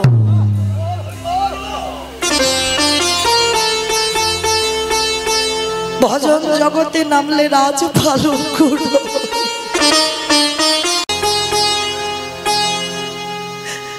মাটিতে ঘুমাবে, শুধু মাটিতে ঘুমাবে নয়, 24 ঘন্টায় একবার আহার করে।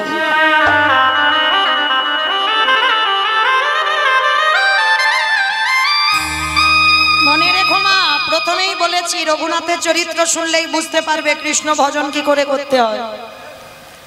ভজনে নামলে বেশি আহার নয়, সকালবেলা খাবে, 9টার সময় খাবে, দুপুরবেলা খাবে, বিকালে খাবে, সন্ধে খাবে, রাতে খাবে। ভক্তি জগতে নয়, 24 ঘন্টায় হরিদাস ঠাকুর একবার আহার করত। আর ওই ছোট্ট রঘুনাথ হরিদাস ঠাকুরকে অনুকরণ করে একবারই আহার করত। ভজনে নামলে বাবা আহার কম, নিদ্রা কম। আর বিশেষ করে তো বাবা দিবা নিদ্রা নয়, শাস্ত্র বিধান দিচ্ছে দিবা নিদ্রা নিষিদ্ধ। ভজন জগতে নেমেছো যদি। আজকে রঘুনাথকে দেখে হরিদাস ঠাকুর বলছে, বাবা তুই একটু বড় হ, বড় হলে তুই এইগুলো অনুকরণ করবি না। গুরুদেব এখন থেকে যদি হরিবল, এখন থেকে যদি আপনাদের অনুসরণ না করি আমার তো চৈতন্য হবে না। পাঠ শেষ করে ফিরে গেল রঘুনাথ বাড়িতে। আর গুরুমন্ত্র বীজ যখনই শরীরে প্রবেশ করেছে আরো উন্মাদ কৃষ্ণ নামে, আরো পাগলের মতো হয়ে গেল রঘুনাথ।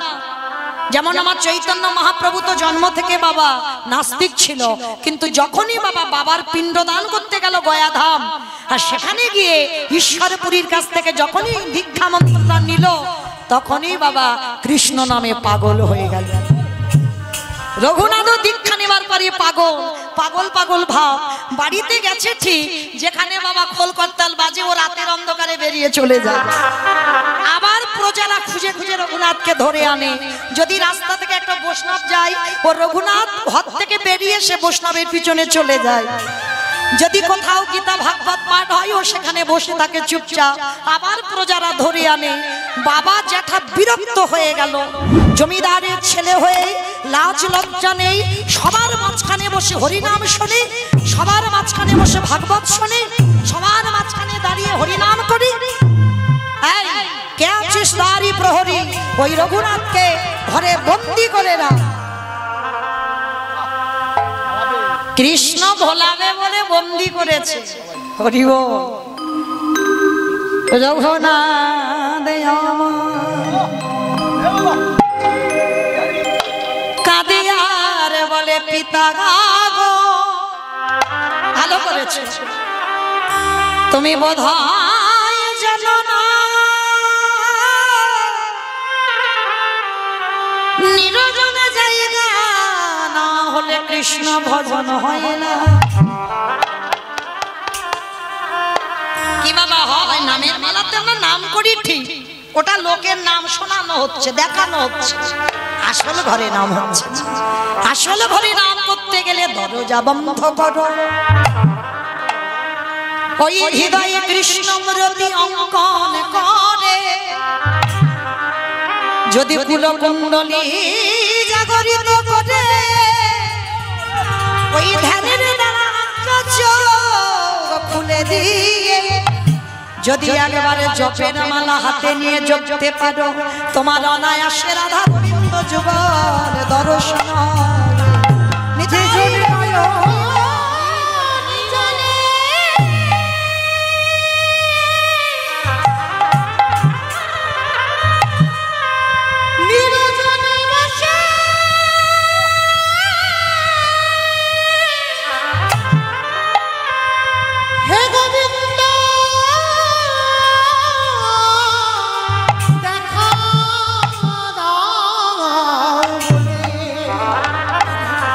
একেবারে ডাকার মতো ডাকিতে পারি আমার ভগবান,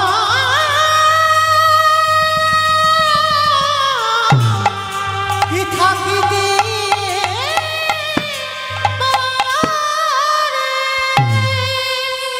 রঘুনাথ বলে উঠলেন, ঠিক করেছো জেঠু, তুমি এই যে আমার ঘরের শিকল দিয়ে বেঁধে রাখলে না, এতে আমার ভজনটা ঠিক হবে, কোনো দুঃখ নেই, ভালো করেছো। রঘুনাথ বন্দী হলো। এক সপ্তাহ হয়ে গেল, প্রজারা যা খেতে দেয় রঘুনাথ খায় না। হিরণ্য খবর পেয়েছে, গোবর্ধন খবর পেয়েছে, বাবা জ্যাঠা ছুটে এসেছে। রঘুনাথ, শুনলাম তুমি নাকি খাওয়া দাওয়া করছো না। কঙ্কাল সার দেহ হয়ে গেছে রঘুনাথে। কে গো, কৃষ্ণ ভক্ত হলে কি মোটা সোটা হবে? ভালো মন্দ খাবে, খেয়ে খেয়ে মোটা হবে না। দেখেছেন ষোড় গোস্বামী ওদের ছবিগুলো দর্শন করেছেন, দেহের হাড়গুলো গোনা যাবে। ভজন অত সোজা নয়। হরিদাস ঠাকুরের সমাধি যখন দিতে গেল মহাপ্রভু জগন্নাথ ধাম লীলা চলে, দেহের হাড়গুলো বড়ছিল শুধু। 24 ঘন্টায় 3 লক্ষ নাম মানে মুখের কথা নয়। তা সেই কঙ্কালে দেহটা ছিল শুধু। রঘুনাথ অনাহারে 1 সপ্তাহ, একদিন না খেলে কত কষ্ট হয়। 1 সপ্তাহ কিছু খাইনি, শুধু বসে বসে আমি কি তারে পাবো না, শুধু পাগল পাগল ভাব। কৃষ্ণ ভক্তরা তো পাগলই হয় গো, উন্মাদের মতো দেখতে হয়। তাই হিরণ্য এসে বলে উঠলেন, রঘুনাথ কি করেছো তুমি চেহারাটা, জমিদারের বাড়ির ছেলে হয়ে। আচ্ছা ঠিক আছে রঘুনাথ, তোমার এই কষ্ট আমি সহ্য করতে পারছি না। রঘুনাথ বলতো বাবা, কি চাস আমার কাছে? দেবে দেবে জেঠু, আমি যা চাইবো তোমার কাছে দেবো বাবা, দেবো, কিন্তু তোর এই কষ্ট আমি দেখতে পাচ্ছি না। বল বাবা। বল কি চাস দেব, আমি কথা দিলাম। তুই একবার ওই রকম করে নয়, ত্রিসত্য করো জেঠু, যা চাইবো দেবে। ঠিক আছে রে বাবা, ত্রিসত্য করলাম। বল কি চাস? তুমি কিন্তু আমার কাছে প্রতিশ্রুতি দিয়েছো দেবে, তাহলে দাও। পাগলের মতো ভাবতো, তাহলে দাও জেঠু। কৃষ্ণ এনে দাও,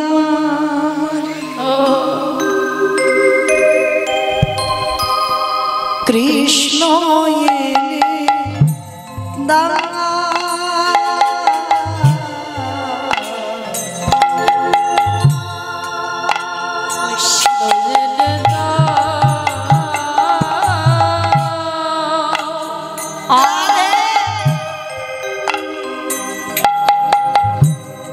কৃষ্ণ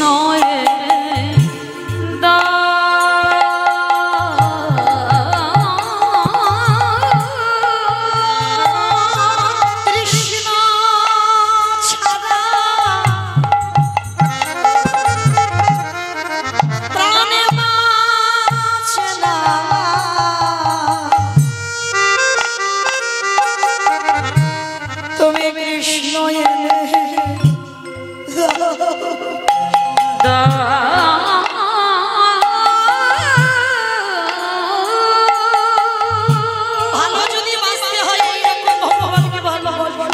কৃষ্ণ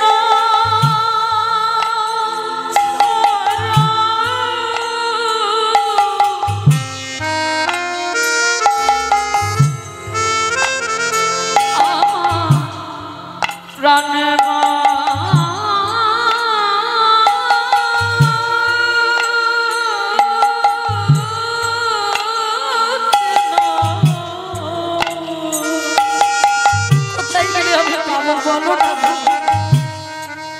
কৃষ্ণ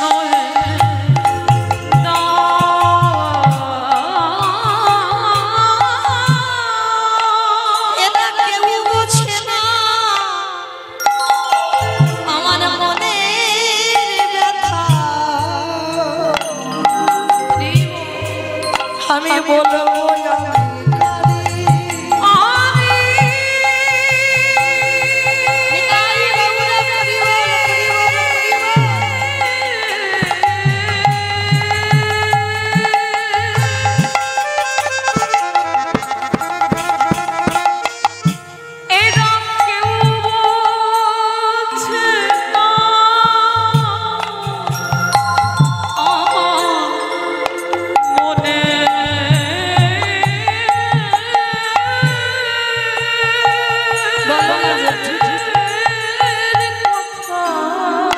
এনে দেবে আমার বলবো আমি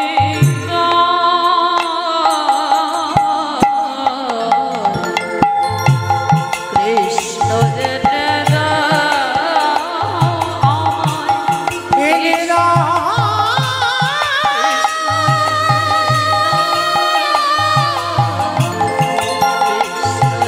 আমায় কৃষ্ণ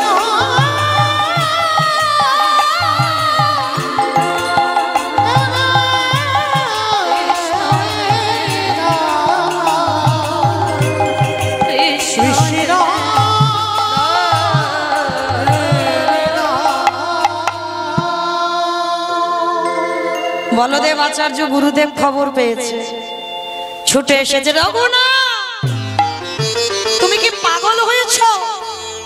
খাওয়া দাওয়া বন্ধ করে কৃষ্ণ কৃষ্ণ বলে কেন কাঁদছ? বন্ধ করো তোমার এই কৃষ্ণ নামের ভূত। কৃষ্ণ বলে কাঁদলে তুমি পাবে না কৃষ্ণ। না গুরুদেব, আমার কথা বলবো না।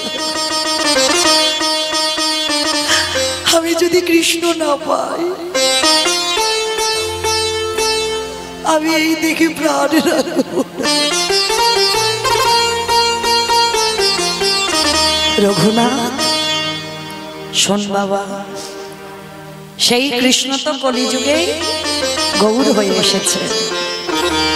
রাধা কৃষ্ণ একাত্মা, দুই দেহ ধরি, অনন্য বিলাস রস আস্বাদন করি। এই দুই ভাবে চৈতন্য গোসাই, ভাব রস আস্বাদিতে দোহে এ কোঠায়। সেই রাধা কৃষ্ণ দুতনু এক হয়ে গৌর হয়েছে। তুই গৌর বলে কাঁদ, গুরুদেব গৌর বলে কাঁদবো, গৌর আছে কোথায়? বলে কেন? নবদ্বীপের মাটিতে। যাবি? যাবো, চলো গুরুদেব। গুরুদেব বাবা জ্যাঠার সঙ্গে নিয়ে গেল নবদ্বীপে গৌর দর্শনে। আর গিয়ে বাবা সেখানে শুনলো আমার মহাপ্রভু 24 বছর বয়সে সন্ন্যাস নিয়েছে। দর্শন হলো না, কিন্তু কিছুদিন পর সংবাদ পাওয়া গেল শান্তিপুরে অদ্বৈত আচার্যের ঘরে আমার প্রভু এসেছিল। আর যখনই গোবর্ধন আর হিরণ্য খবর পেয়েছে, সঙ্গে সঙ্গে ওই ছেলে রঘুনাথকে সঙ্গে নিয়ে গিয়ে দাঁড়িয়েছিল আমার মহাপ্রভুর চরণে। আর সবাই গিয়ে ওই পঞ্চাঙ্গ প্রণাম, ছোট্ট রঘুনাথ একেবারে মহাপ্রভুকে দেখলে দণ্ডবত প্রণাম, শুয়ে পড়ে প্রণাম। আর যেই না প্রণামটা করেছে, সঙ্গে সঙ্গে হাতটা ধরে আমার নিতাই চাঁদকে, দাদা ও দাদা একটা কাজ করো, তুমি আমার যে থালাতে প্রসাদী আমি পেয়েছি, ওই প্রসাদী একটু রঘুনাথকে দাও। কৃপা হয়ে গেল। প্রথম দর্শনে গৌর কৃপা হয়ে গেল। গৌর সেবা করে, গৌর ভজন করে। বেশ কিছুদিন রইল বাবা জ্যাঠার সঙ্গে রঘুনাথ। এইবার প্রভু বলছে, রঘুনাথ তুমি তোমার বাড়িতে ফিরে যাও, আমি এবার জগন্নাথ ধাম পুরী ধামে যাত্রা করব। রথযাত্রা আসছে তো আমাকে যেতে হবে। প্রভু আমাকে তুমি সঙ্গে নেবে না? না রঘুনাথ, এখনো তোমার শেষ সময় হয়নি। কি গো মায়েরা, এত প্রেম এত ভক্তি থাকা সত্ত্বেও প্রভু বলছে এখনো সময় হয়নি। আর আপনাদের আমাদের কি সময় হয়েছে বলে মনে হয়? গৌর কৃপা তো সোজা নয়। আজকে রঘুনাথকে বলছে, রঘুনাথ বাড়ি ফেরো। না প্রভু, আমি তো সব ত্যাগ করে এসেছি। না রঘুনাথ, এখনো তুমি কিছু ত্যাগ করোনি। বৈরাগ্য ধারণ করতে গেলে তুমি মর্কট বৈরাগ্য ধারণ করো না। মর্কট বৈরাগ্য মানে বিষয়ে থেকে, বিষয়ে আসক্তি থেকে যে তুমি ভগবানের ভজন করবে, হবে না। অত সোজা নয়। বিষয়ে অনাসক্তি দেখাও। তার থেকে বড় হয়েছো, পড়াশোনা করেছো, বাবার জমিদারি দেখভাল করো। না প্রভু, আমি ওই জমিদারিতে ফিরতে চাই না। শোনো রঘুনাথ, আমার কথা তোমাকে শুনতে হবে। ফিরে যাও তোমার ঘরে। যেদিন সময় হবে তোমাকে আসতে হবে না আমার কাছে, আমি তোমাকে টেনে নেব। তোমাকে আসতে হবে না, আমি নেব তোমাকে টেনে। এখন চলে যাও। ঠিক আছে প্রভু, তুমি যখন বলছো আমি আসছি। রঘুনাথ নদী পার হয়ে ফিরছে নিজের আদি সপ্তগ্রামে। ফিরতে ফিরতে হঠাৎ দেখতে পেল কত ভক্তরা সব নৌকায় চলে যাচ্ছে। কোথায়? পানিহাটির মেলায়। পানিহাটির মেলায় যাচ্ছে। ও ভাই, রঘুনাথ যাচ্ছে। ভাই তোমরা যাচ্ছ কোথায় গো? বলে কেন? আমরা যাচ্ছি সবাই পানিহাটিতে। পানিহাটি? চলো আমিও যাব তোমাদের সঙ্গে, দেখি ওখানে কি হয়। নিশ্চয়ই সাধু সঙ্গ হবে, ভক্ত সঙ্গ হবে। চলো আমি যাব। আর যেই না গিয়ে দাঁড়িয়েছে, আর নিতাই চাঁদ ওইখানে দাঁড়িয়ে আছে তো, আর রঘুনাথ গিয়ে নিতাই চাঁদকে যেই না দণ্ডবত প্রণাম, সঙ্গে সঙ্গে নিতাই চাঁদ বলে উঠলেন, আরে চোর চোর চোর। রঘুনাথ তো চমকে উঠেছে। আমাকে চোর বলছে, সবাই তো চেনে, জমিদারের ছেলে। আরে আমাদের নিতাই চাঁদ রঘুনাথকে চোর বলছে কেন? কি চুরি করেছে? করেছে ও চুরি। রঘুনাথ করজোর করে বলছে, প্রভু আমি কি চুরি করেছি? করনি?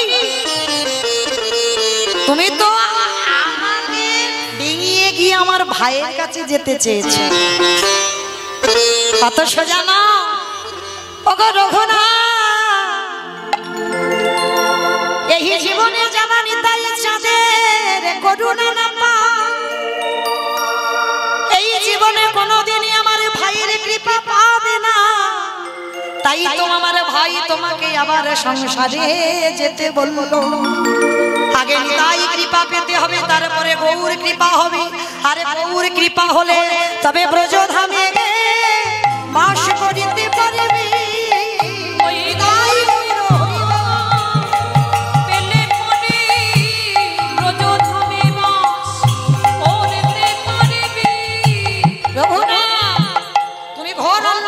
করেছো, তাই অন্যায়ের জন্য তোমাকে শাস্তি নিতে হবে।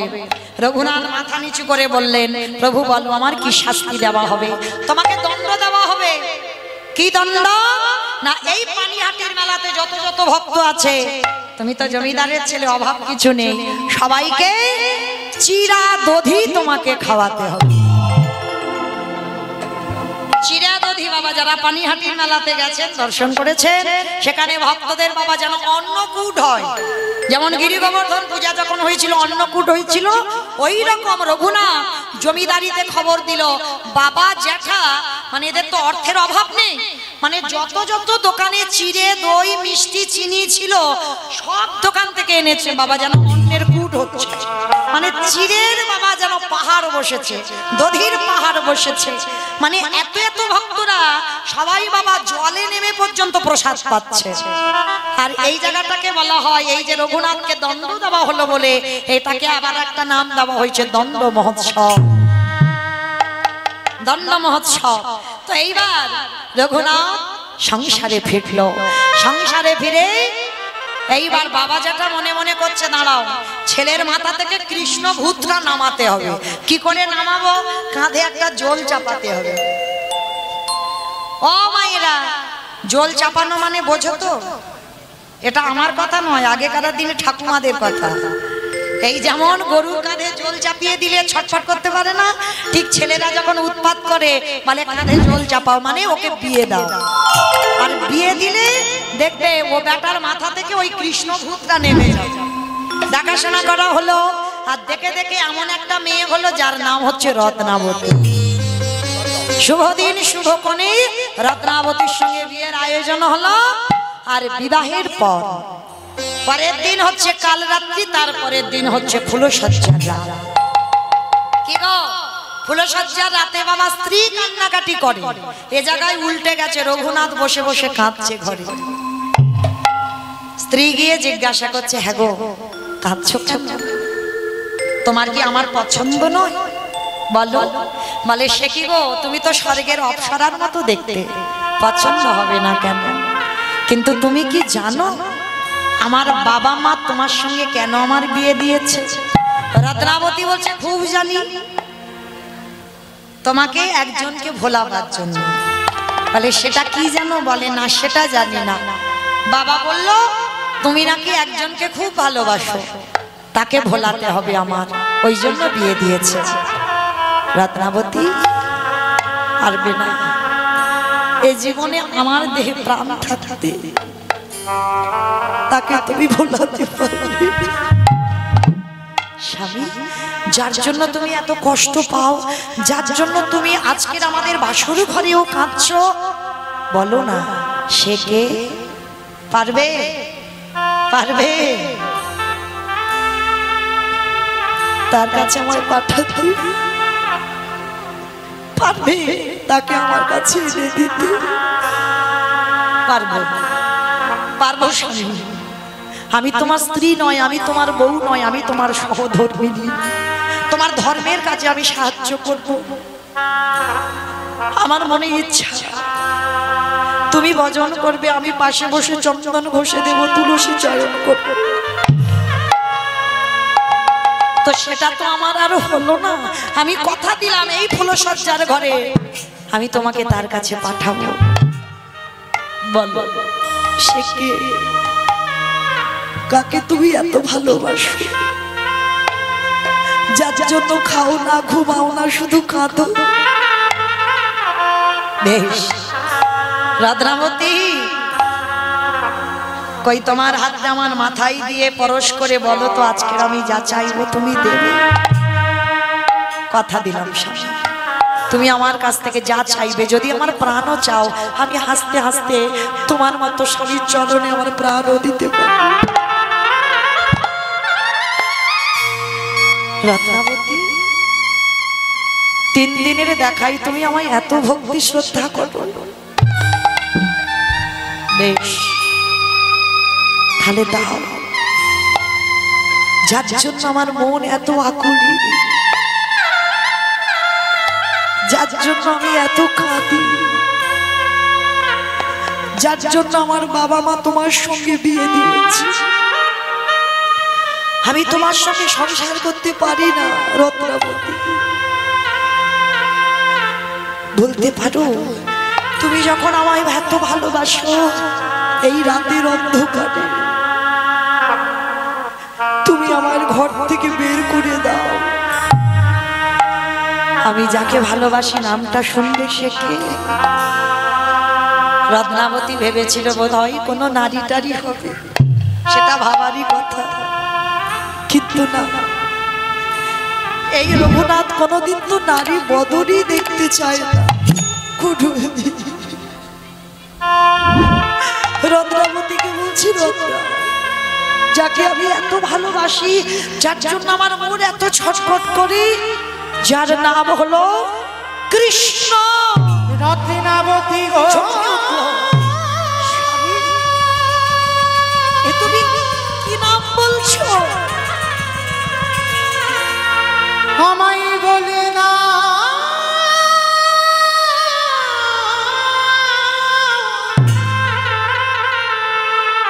আমি কোথায় গেলে,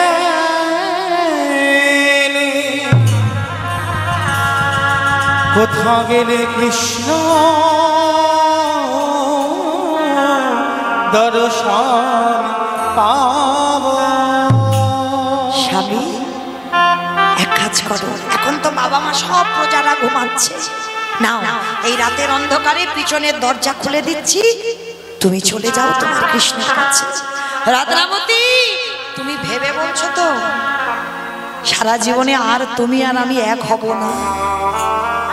কোনোদিন তোমার সঙ্গে আমার আর দেখা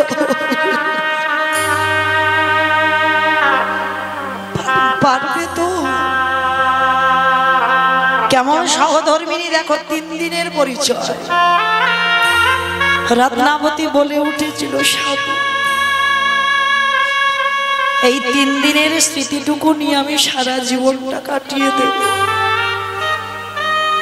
কিন্তু আমি চাই তুমি যাকে এত ভালোবাসো চলে যাও, চলে যাও রত্নাবতী। আমি চলে যাই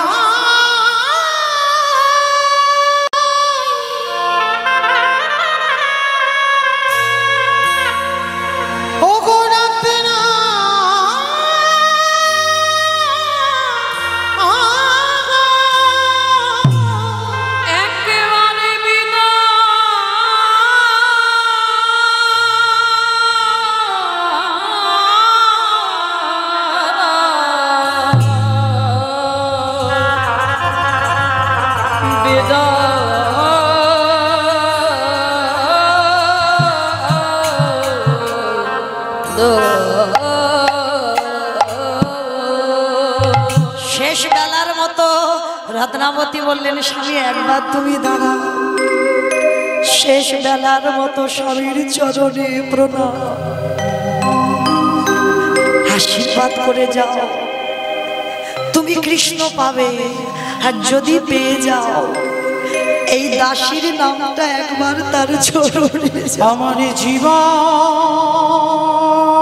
নদী নাইয়া হাসি রত্নাবতী, হাসি। আমার ভবের খেলা সঙ্গ হরি গো, দিও পার করিয়া আমার জীবন নদীরে নাইয়া। চলে যাচ্ছি রত্না, কেঁদো না, জীবন নদী তোমার চোখের জলে আমার পথ চলো। নাইয়া আমি তোমার মতো ঘটনি যেন পাই জনবি। আমার ভবের খেলা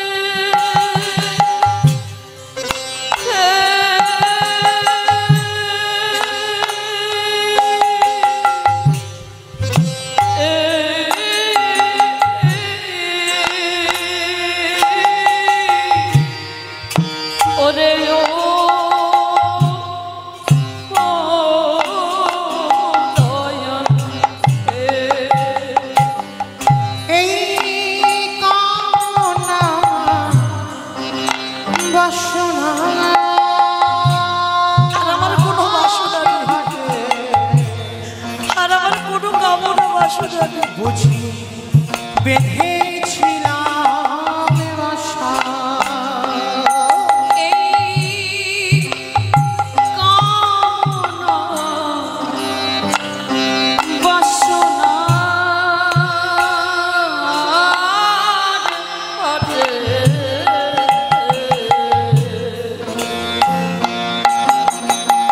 বুঝি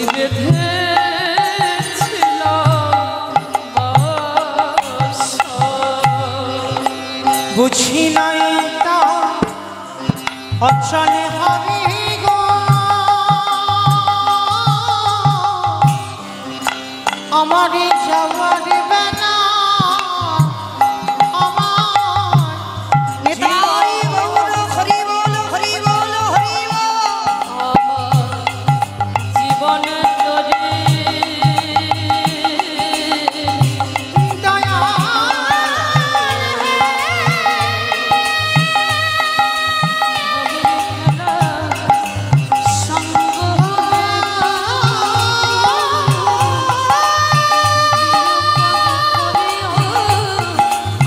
ওরে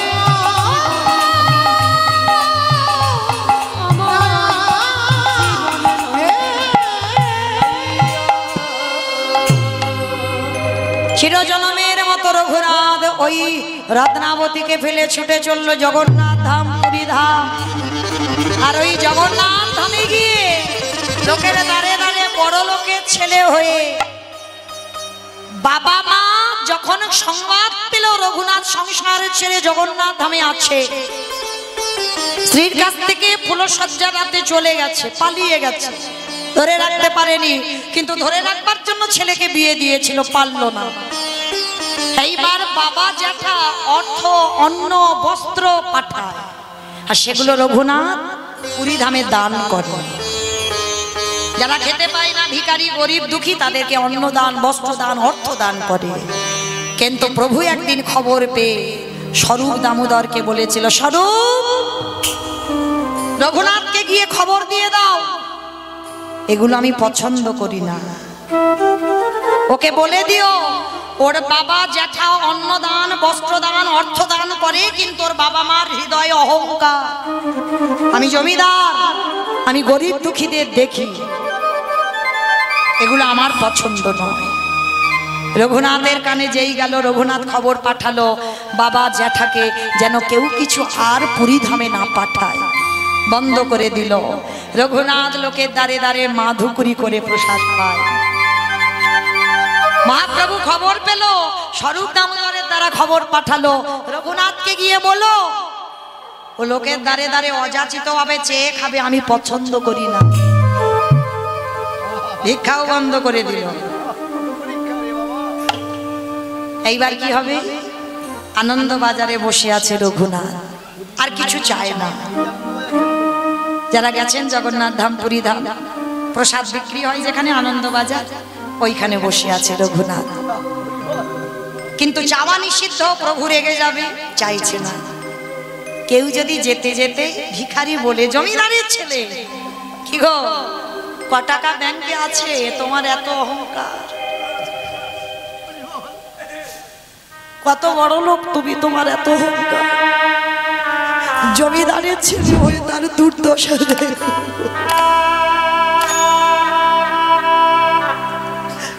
যারাই ভক্ত হয়েছে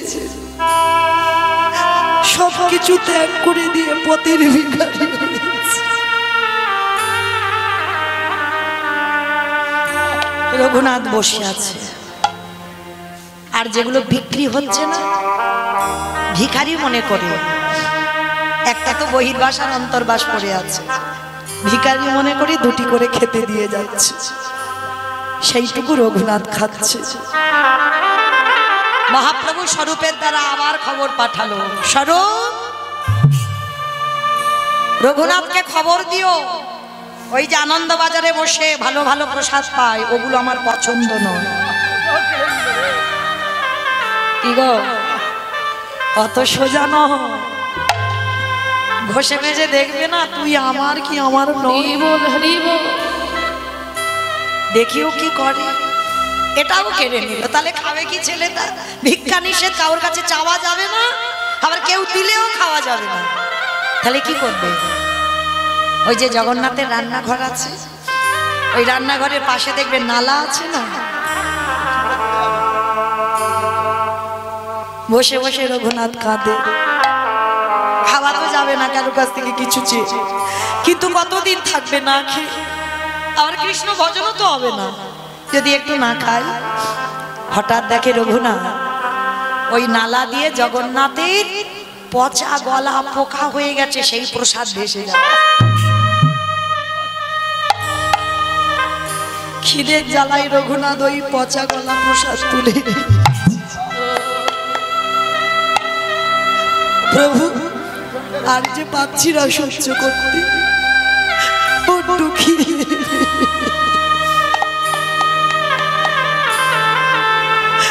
বড্ড খিদে পেয়েছি। গৌরে হে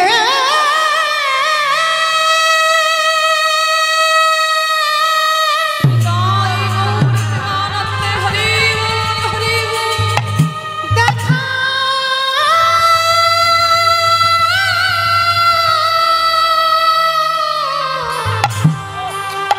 দেখা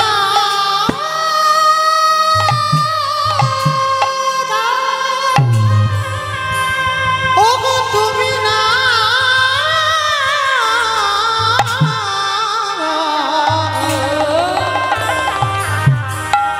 তুমি না কি করুণা, তুমি না কি কৃপা,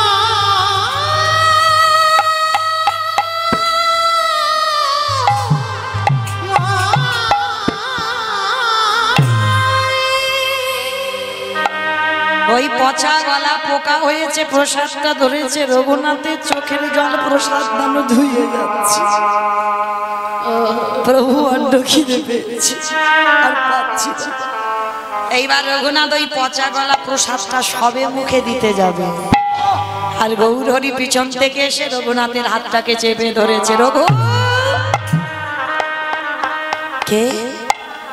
পিছনে তাকিয়ে দেখলো প্রভু দাঁড়িয়ে। গৌরহরি, তুমি এসেছো, তুমি এসেছো প্রভু। আমি যে বড় কাঙাল, এতদিন ধরে বসে আছি, তুমি কোনোদিন আমার সঙ্গে দেখা করো, আর আমি যখনই তোমাকে দেখতে যাই তুমি লুকিয়ে পড়ো। কেন জানি না, আর আজকের আমার হাত ধরলে কেন? এটাও বুঝি আমায় খেতে দেবে না? না রে না, ওরে রঘুনাথ, ওরে দে দে তোরে প্রসাদ আমায় দে। নিতাই গৌর হরি বল, হরি বল, হরি বল, হরি বল। হরি রঘুনাথ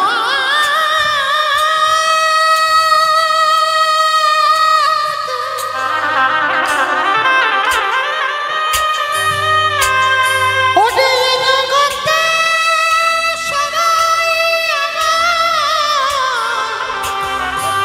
ভালোবাসে বটে, কিন্তু তোর মতো করে এমন নয়নের ঝালে হরি বল, হরি বল।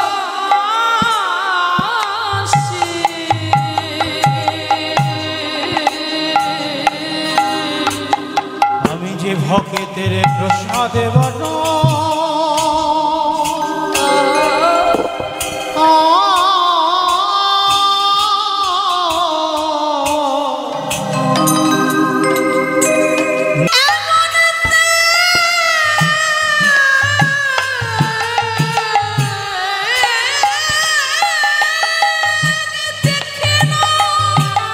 নিতাই গৌর প্রেমানন্দে হরি বল। তোর মতো ভক্তের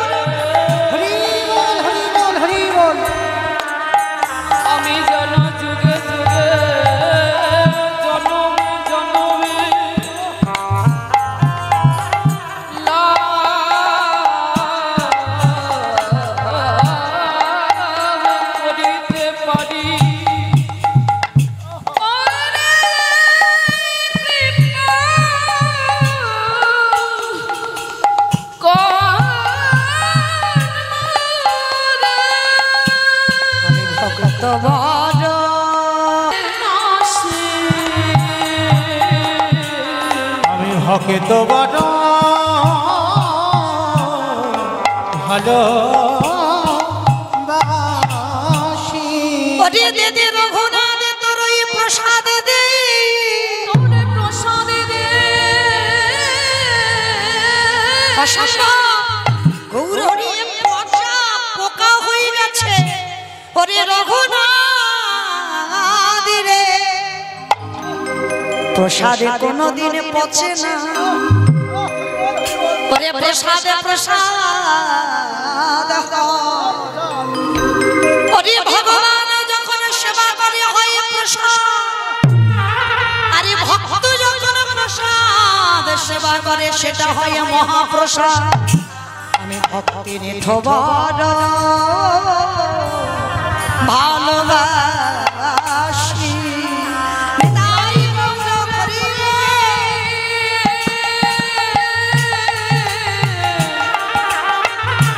ভক্তের দ্বারে ছুটে আসি। আমি ভক্তের প্রসাদে বড় ভালো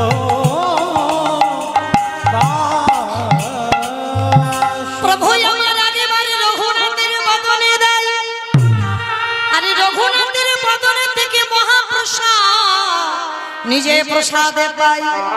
বলল রঘুনাথ রে আমি আমার জগন্নাথকে ভালোবাসি বটে, কিন্তু তোর মতো করে এমন করে ভালোবাসি না।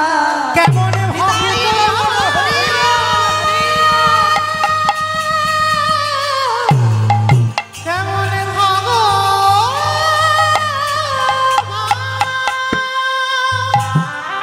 গৌর চরণে আছাড় খেয়ে পড়ল। গৌর কৃপা হয়ে গেল রঘুনাথে। কি চাস রঘুনাথ? প্রভু আমি বৃন্দাবনে রাধা কুণ্ডের তীরে রাধারানীর চরণ ভজতে চাই। বেশ চলে যা বাবা তুই রাধা কুণ্ডের তীরে। চলে গেল রঘুনাথ রাধা কুণ্ডের তীরে। 24টা ঘন্টা ওই হৃদয়ে চাপড় দিয়ে শুধু হারাই হারাই বলে কাঁদে, কোথায় গেলে আমি রাধা কৃপা পাবো। এইবার হৃদয়ে চাপড় দিয়ে শুধু রাধে রাধে বলে কাঁদে। প্রখর রোদ, রোদেতে শয়নে পড়ে শুধু রাধে বলে কাঁদে। রাধারানী আর থাকতে পারলো না, নিজের মন্দির ত্যাগ করে ভক্ত পড়ে আছে রোদে, আর নিজের পুরনিটা নিয়ে এসে বাবা আচ্ছাদন করে ভক্তের যাতে কষ্ট না হয় আচ্ছাদন করে দাঁড়িয়েছে।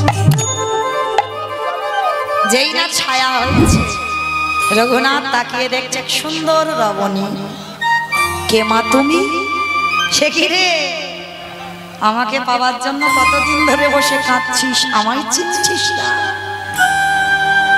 আমি বুঝতে পারছি না তুমি কে। আমি তো সেই করুণাময়ী, প্রেমময়ী, কৃপাময়ী। আরে ভক্ত যদি রাধে বলে কাঁদে আমি কি থাকতে পারি? কৃষ্ণ বলে কেউ কাঁদলে বাবা বিচার হবে। চিত্রগুপ্ত বিচিত্রগুপ্তকে খাতা দেখতে বলবে, ভক্ত কি করেছে দেখতো। কিন্তু রাধে বলে যদি কেউ কাঁদে ওর কোনো বিচার হয় না। যত পাপ করো না কেন সব অপরাধ ক্ষমা যদি রাধা চরণের দাস হও। রাধা বলে যদি কেউ কাঁদতে পারো। জানো বৃন্দাবনে এত হনুমানের উৎপাত, একটা হনুমান ফসল নষ্ট করে দিচ্ছে, একটা বড়লোক মানুষ তা সেই হনুমানটা বন্দি করে রেখেছে। আর হনুমানটাকে অন্যান্য হনুমান ছাড়াবার চেষ্টা করছে কিন্তু পাচ্ছে না, তো দড়ি দিয়ে বেঁধে রেখেছে ঘরে। আর হনুমানটা এত বুদ্ধিমান, ঘরে বসে হারাই হারাই বলে কাঁদছে। বর্ষানায় আছে রাধারানী, আর বৃন্দাবনে বসে হনুমানটা কাঁদছে, বানরটা কাঁদছে। আর রাধারানী বর্ষানায় বসে বসে ললিতাকে বলছে, ললিতা দেখ তো কে আমায় রাধে রাধে বলে কাঁদে। ললিতা এসে খবর নিয়ে গেল কেউ কাঁদছে না, একটা হনুমানকে বেঁধে রেখেছে সেই বেটা কাঁদছে। রাধারানীর কাছে গিয়ে খবর দিল, রাধে তোর চিন্তার কারণ নেই, ও কোনো অন্য কেউ নয়, মানুষ টানুষ নয়, ও একটা হনুমান। রাধারানী হেসে উঠল, রে হনুমান হোক আর যেই হোক রাধে বলে কেঁদেছে। এই জগতে যে একেবারে হারাই হারাই বলে আমি রাধারানী করুণাময়ী প্রেমময়ী হই হই আমি কি আর থাকতে পারি, আমি মন্দিরে যেখানে থাকি না কেন আমি তৎক্ষণাৎ সেই ভক্তের সামনে হাজির হয়ে যাই। ওরে ললিতা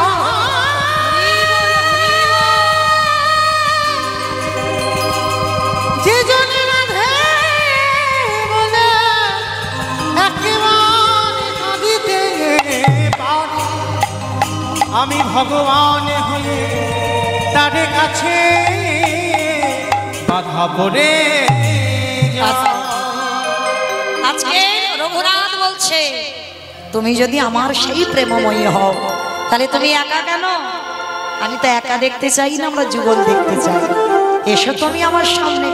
রাধা কুণ্ডের তীরে ওই দামোদর নিয়ম সেবানো আসে হারাধে হারাধে বলে কেঁদে রাধা গোবিন্দকে যুগলে ডেকে আনলো।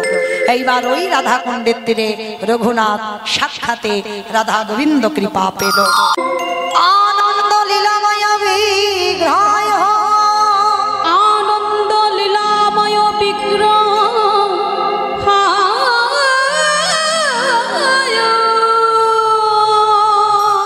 হে মহাদিব্যশ্বরী সুন্দরায়, হে রাভ দিব্য ছবি সুন্দরায়,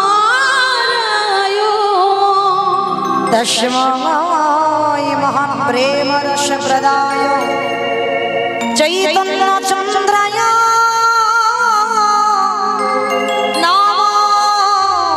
নমস্তে। চৈতন্য চন্দ্রায়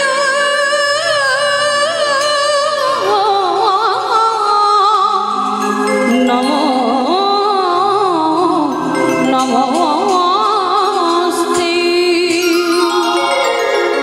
আজ জীবের নিস্তার লাগে নিস্তার লাগি নন্দ হরি, নন্দ সুত হরি, আজ ভুবনে প্রকাশ হইল আমাদের গুরুর ভুবনে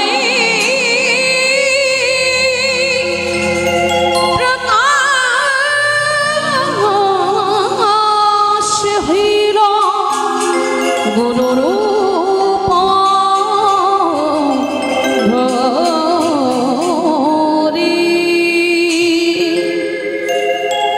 জানি তাই জয় রাধেশ্যাম, জয় জগন্নাথ, জয় মহাপ্রভু, হরে কৃষ্ণ।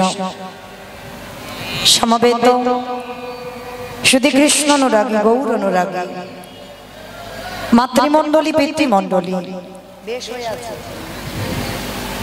মাতৃমণ্ডলী পিতৃমণ্ডলী, আহুত অনাহুত ভাগত এই গ্রামবাসী বৃন্দ, যারা আমার রাধা গোবিন্দে, যারা আমার গৌর নিতাই রাতুল চরণ আশ্রয় গ্রহণ করেছেন, তাহাদের সবাকার চরণে রইল আমার কোটি কোটি দণ্ডবত। তারপরে জানাই এখানে যত সাধুগুরু ব্রাহ্মণ বৈষ্ণব আছেন তাহাদের শ্রীপাদ পদ্মে রইল আমার ভক্তিপূর্ণ দণ্ডবত প্রণাম। তারপরে জানাই মাগো আমি আমার পিতা মাতার চরণে, আমার শিক্ষা গুরু দীক্ষা গুরুর চরণে অনন্ত কোটি কোটি দণ্ডবত প্রণাম।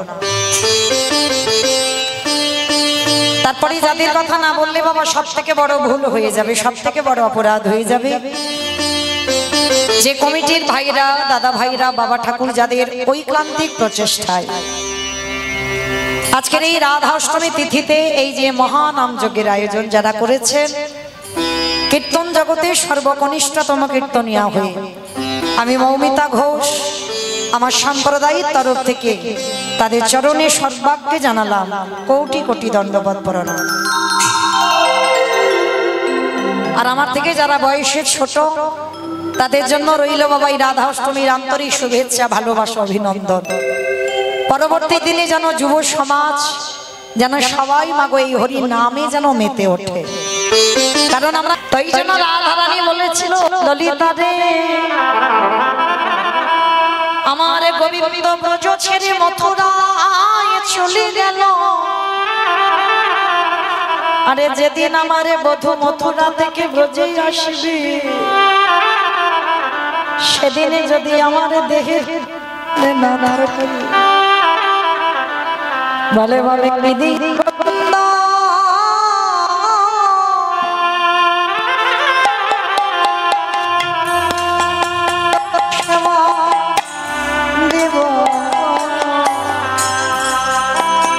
আমার যৌবনে যদি একটু আগে আগে আসে, পিছনে সামনে অনেকটা জায়গা আছে, একটু আগে আগে আসে, একটু নেমে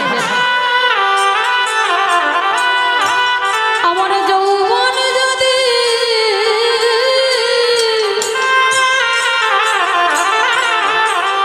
ফুরায়ে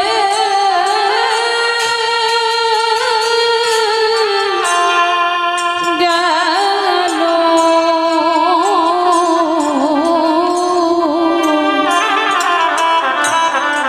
আমি কি দিয়ে গোবিন্দ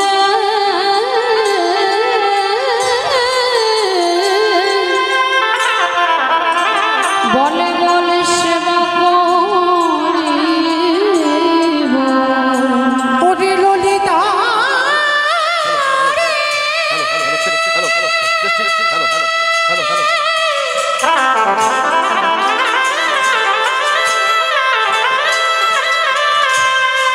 প্রাণ সখী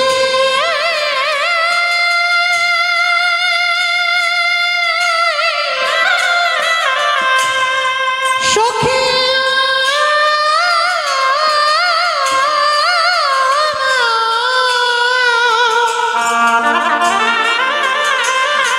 ওরে মনমিলা সখী রে,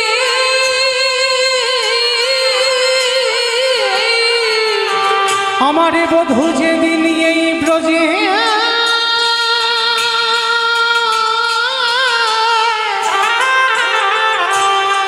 ব্রজে ফিরে ফিরে আসবে,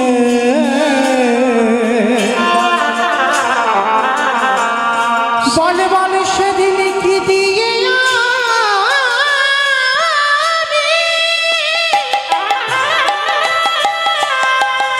কি দিয়ে আমারে বধূ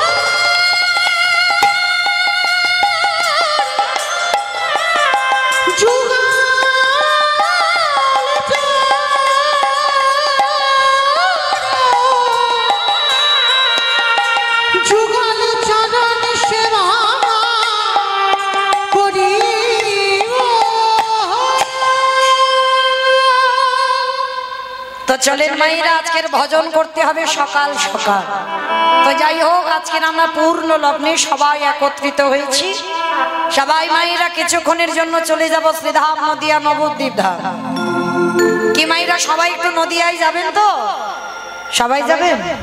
তা সবাই যদি যায় তাহলে কীর্তন হবে কাকে নিয়ে? কি গো, কেউ যাবো না, সবার দেহগুলো থাকবে এখানে, মনগুলো যাবে সুরধ্বনি গঙ্গার তীর। কেমন? তো চলেন সুরধ্বনি গঙ্গার তীরে গিয়ে দেখবো প্রভু যেদিন আবির্ভূত হয়েছিলেন সেদিনটা সময়টা কেমন ছিল জানো? আজ নদী গা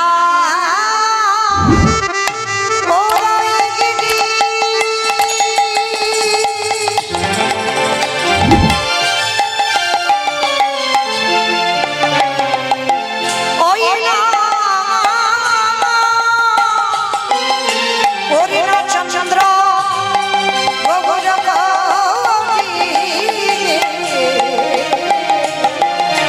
ওই নদীর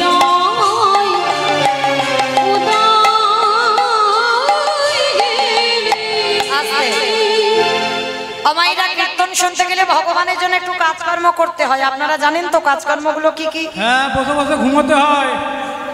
সন্ধ্যাবেলাকে ঘুমায়? ঘুমাতে নেই। কীর্তন শুনতে গেলে তিনটে বস্তু দরকার: শঙ্খধ্বনি, উলুধ্বনি, আর যাদের যাদের হাতগুলো এসেছে। যাদের আসেনি বলবো না, যাদের হাত আছে। কি মায়েরা সবার হাত আছে তো? কই একবার দেখান তো দেখি। নিতাই গৌর প্রেমান। হরি বল হরি বল। বাহ, তা যাদের যাদের হাত আছে টুলু তনি মা সন্ধ্যাবেলা আজ নদী গা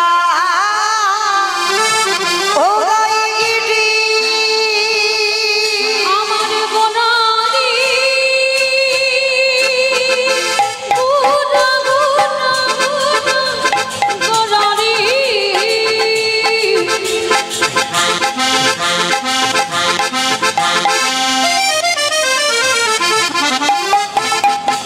গোদা গোদা গোদা গুনানি গুনা গুনানি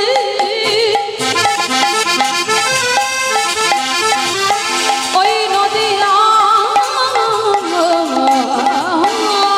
চাঁদ গোড়া আমার প্রাণের গোদা আজ নদী আই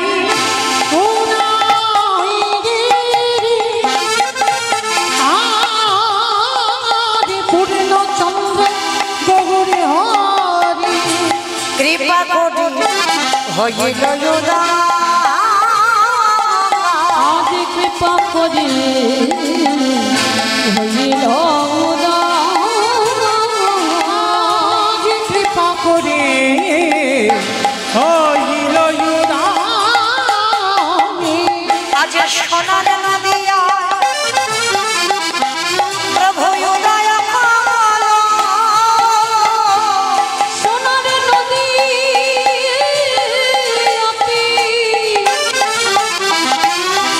গৌরদাই বলি রাধে গয়া রাধে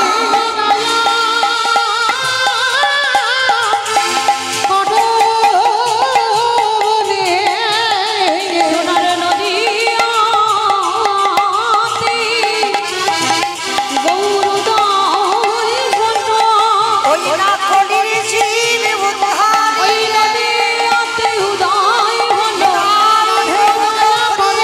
ওই নদীতে উদয় রাধে রাধে দয়া করো বলে উদয় হলো রাধে দয়া করো বলে নদীতে উদয় হলো নদীতে উদয় হলো কৃপা করে হইল উদানি। মাইরা তাহলে নিতাই চাঁদের করুণা হলো গৌর কৃপা হলো গৌর কৃপা হতে ব্রজে বাস হলো আর সেই ব্রজে গিয়ে রাধা গোবিন্দের যুগল দর্শন শ্যামের বামে শ্যামের বামে শ্যামের বামে দাদা গেল নবীন কিশোরী গো ও স্বামীর বামে দাঁড়া এলো নবীন কিশোরী মেরে বাবে নারায়ণ নবীন কিশোরী গো ওই স্বামীর বামে দাঁড়া এলো নবীন কিশোরী ললিতা বিশাখায়ালী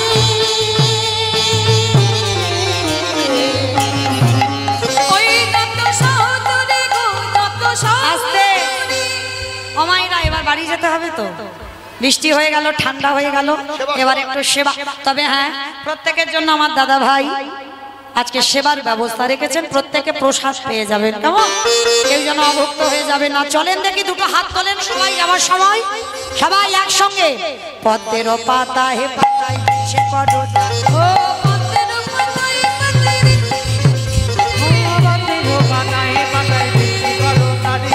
পদ্মের পাতায় পাতায় দিচ্ছে করতালি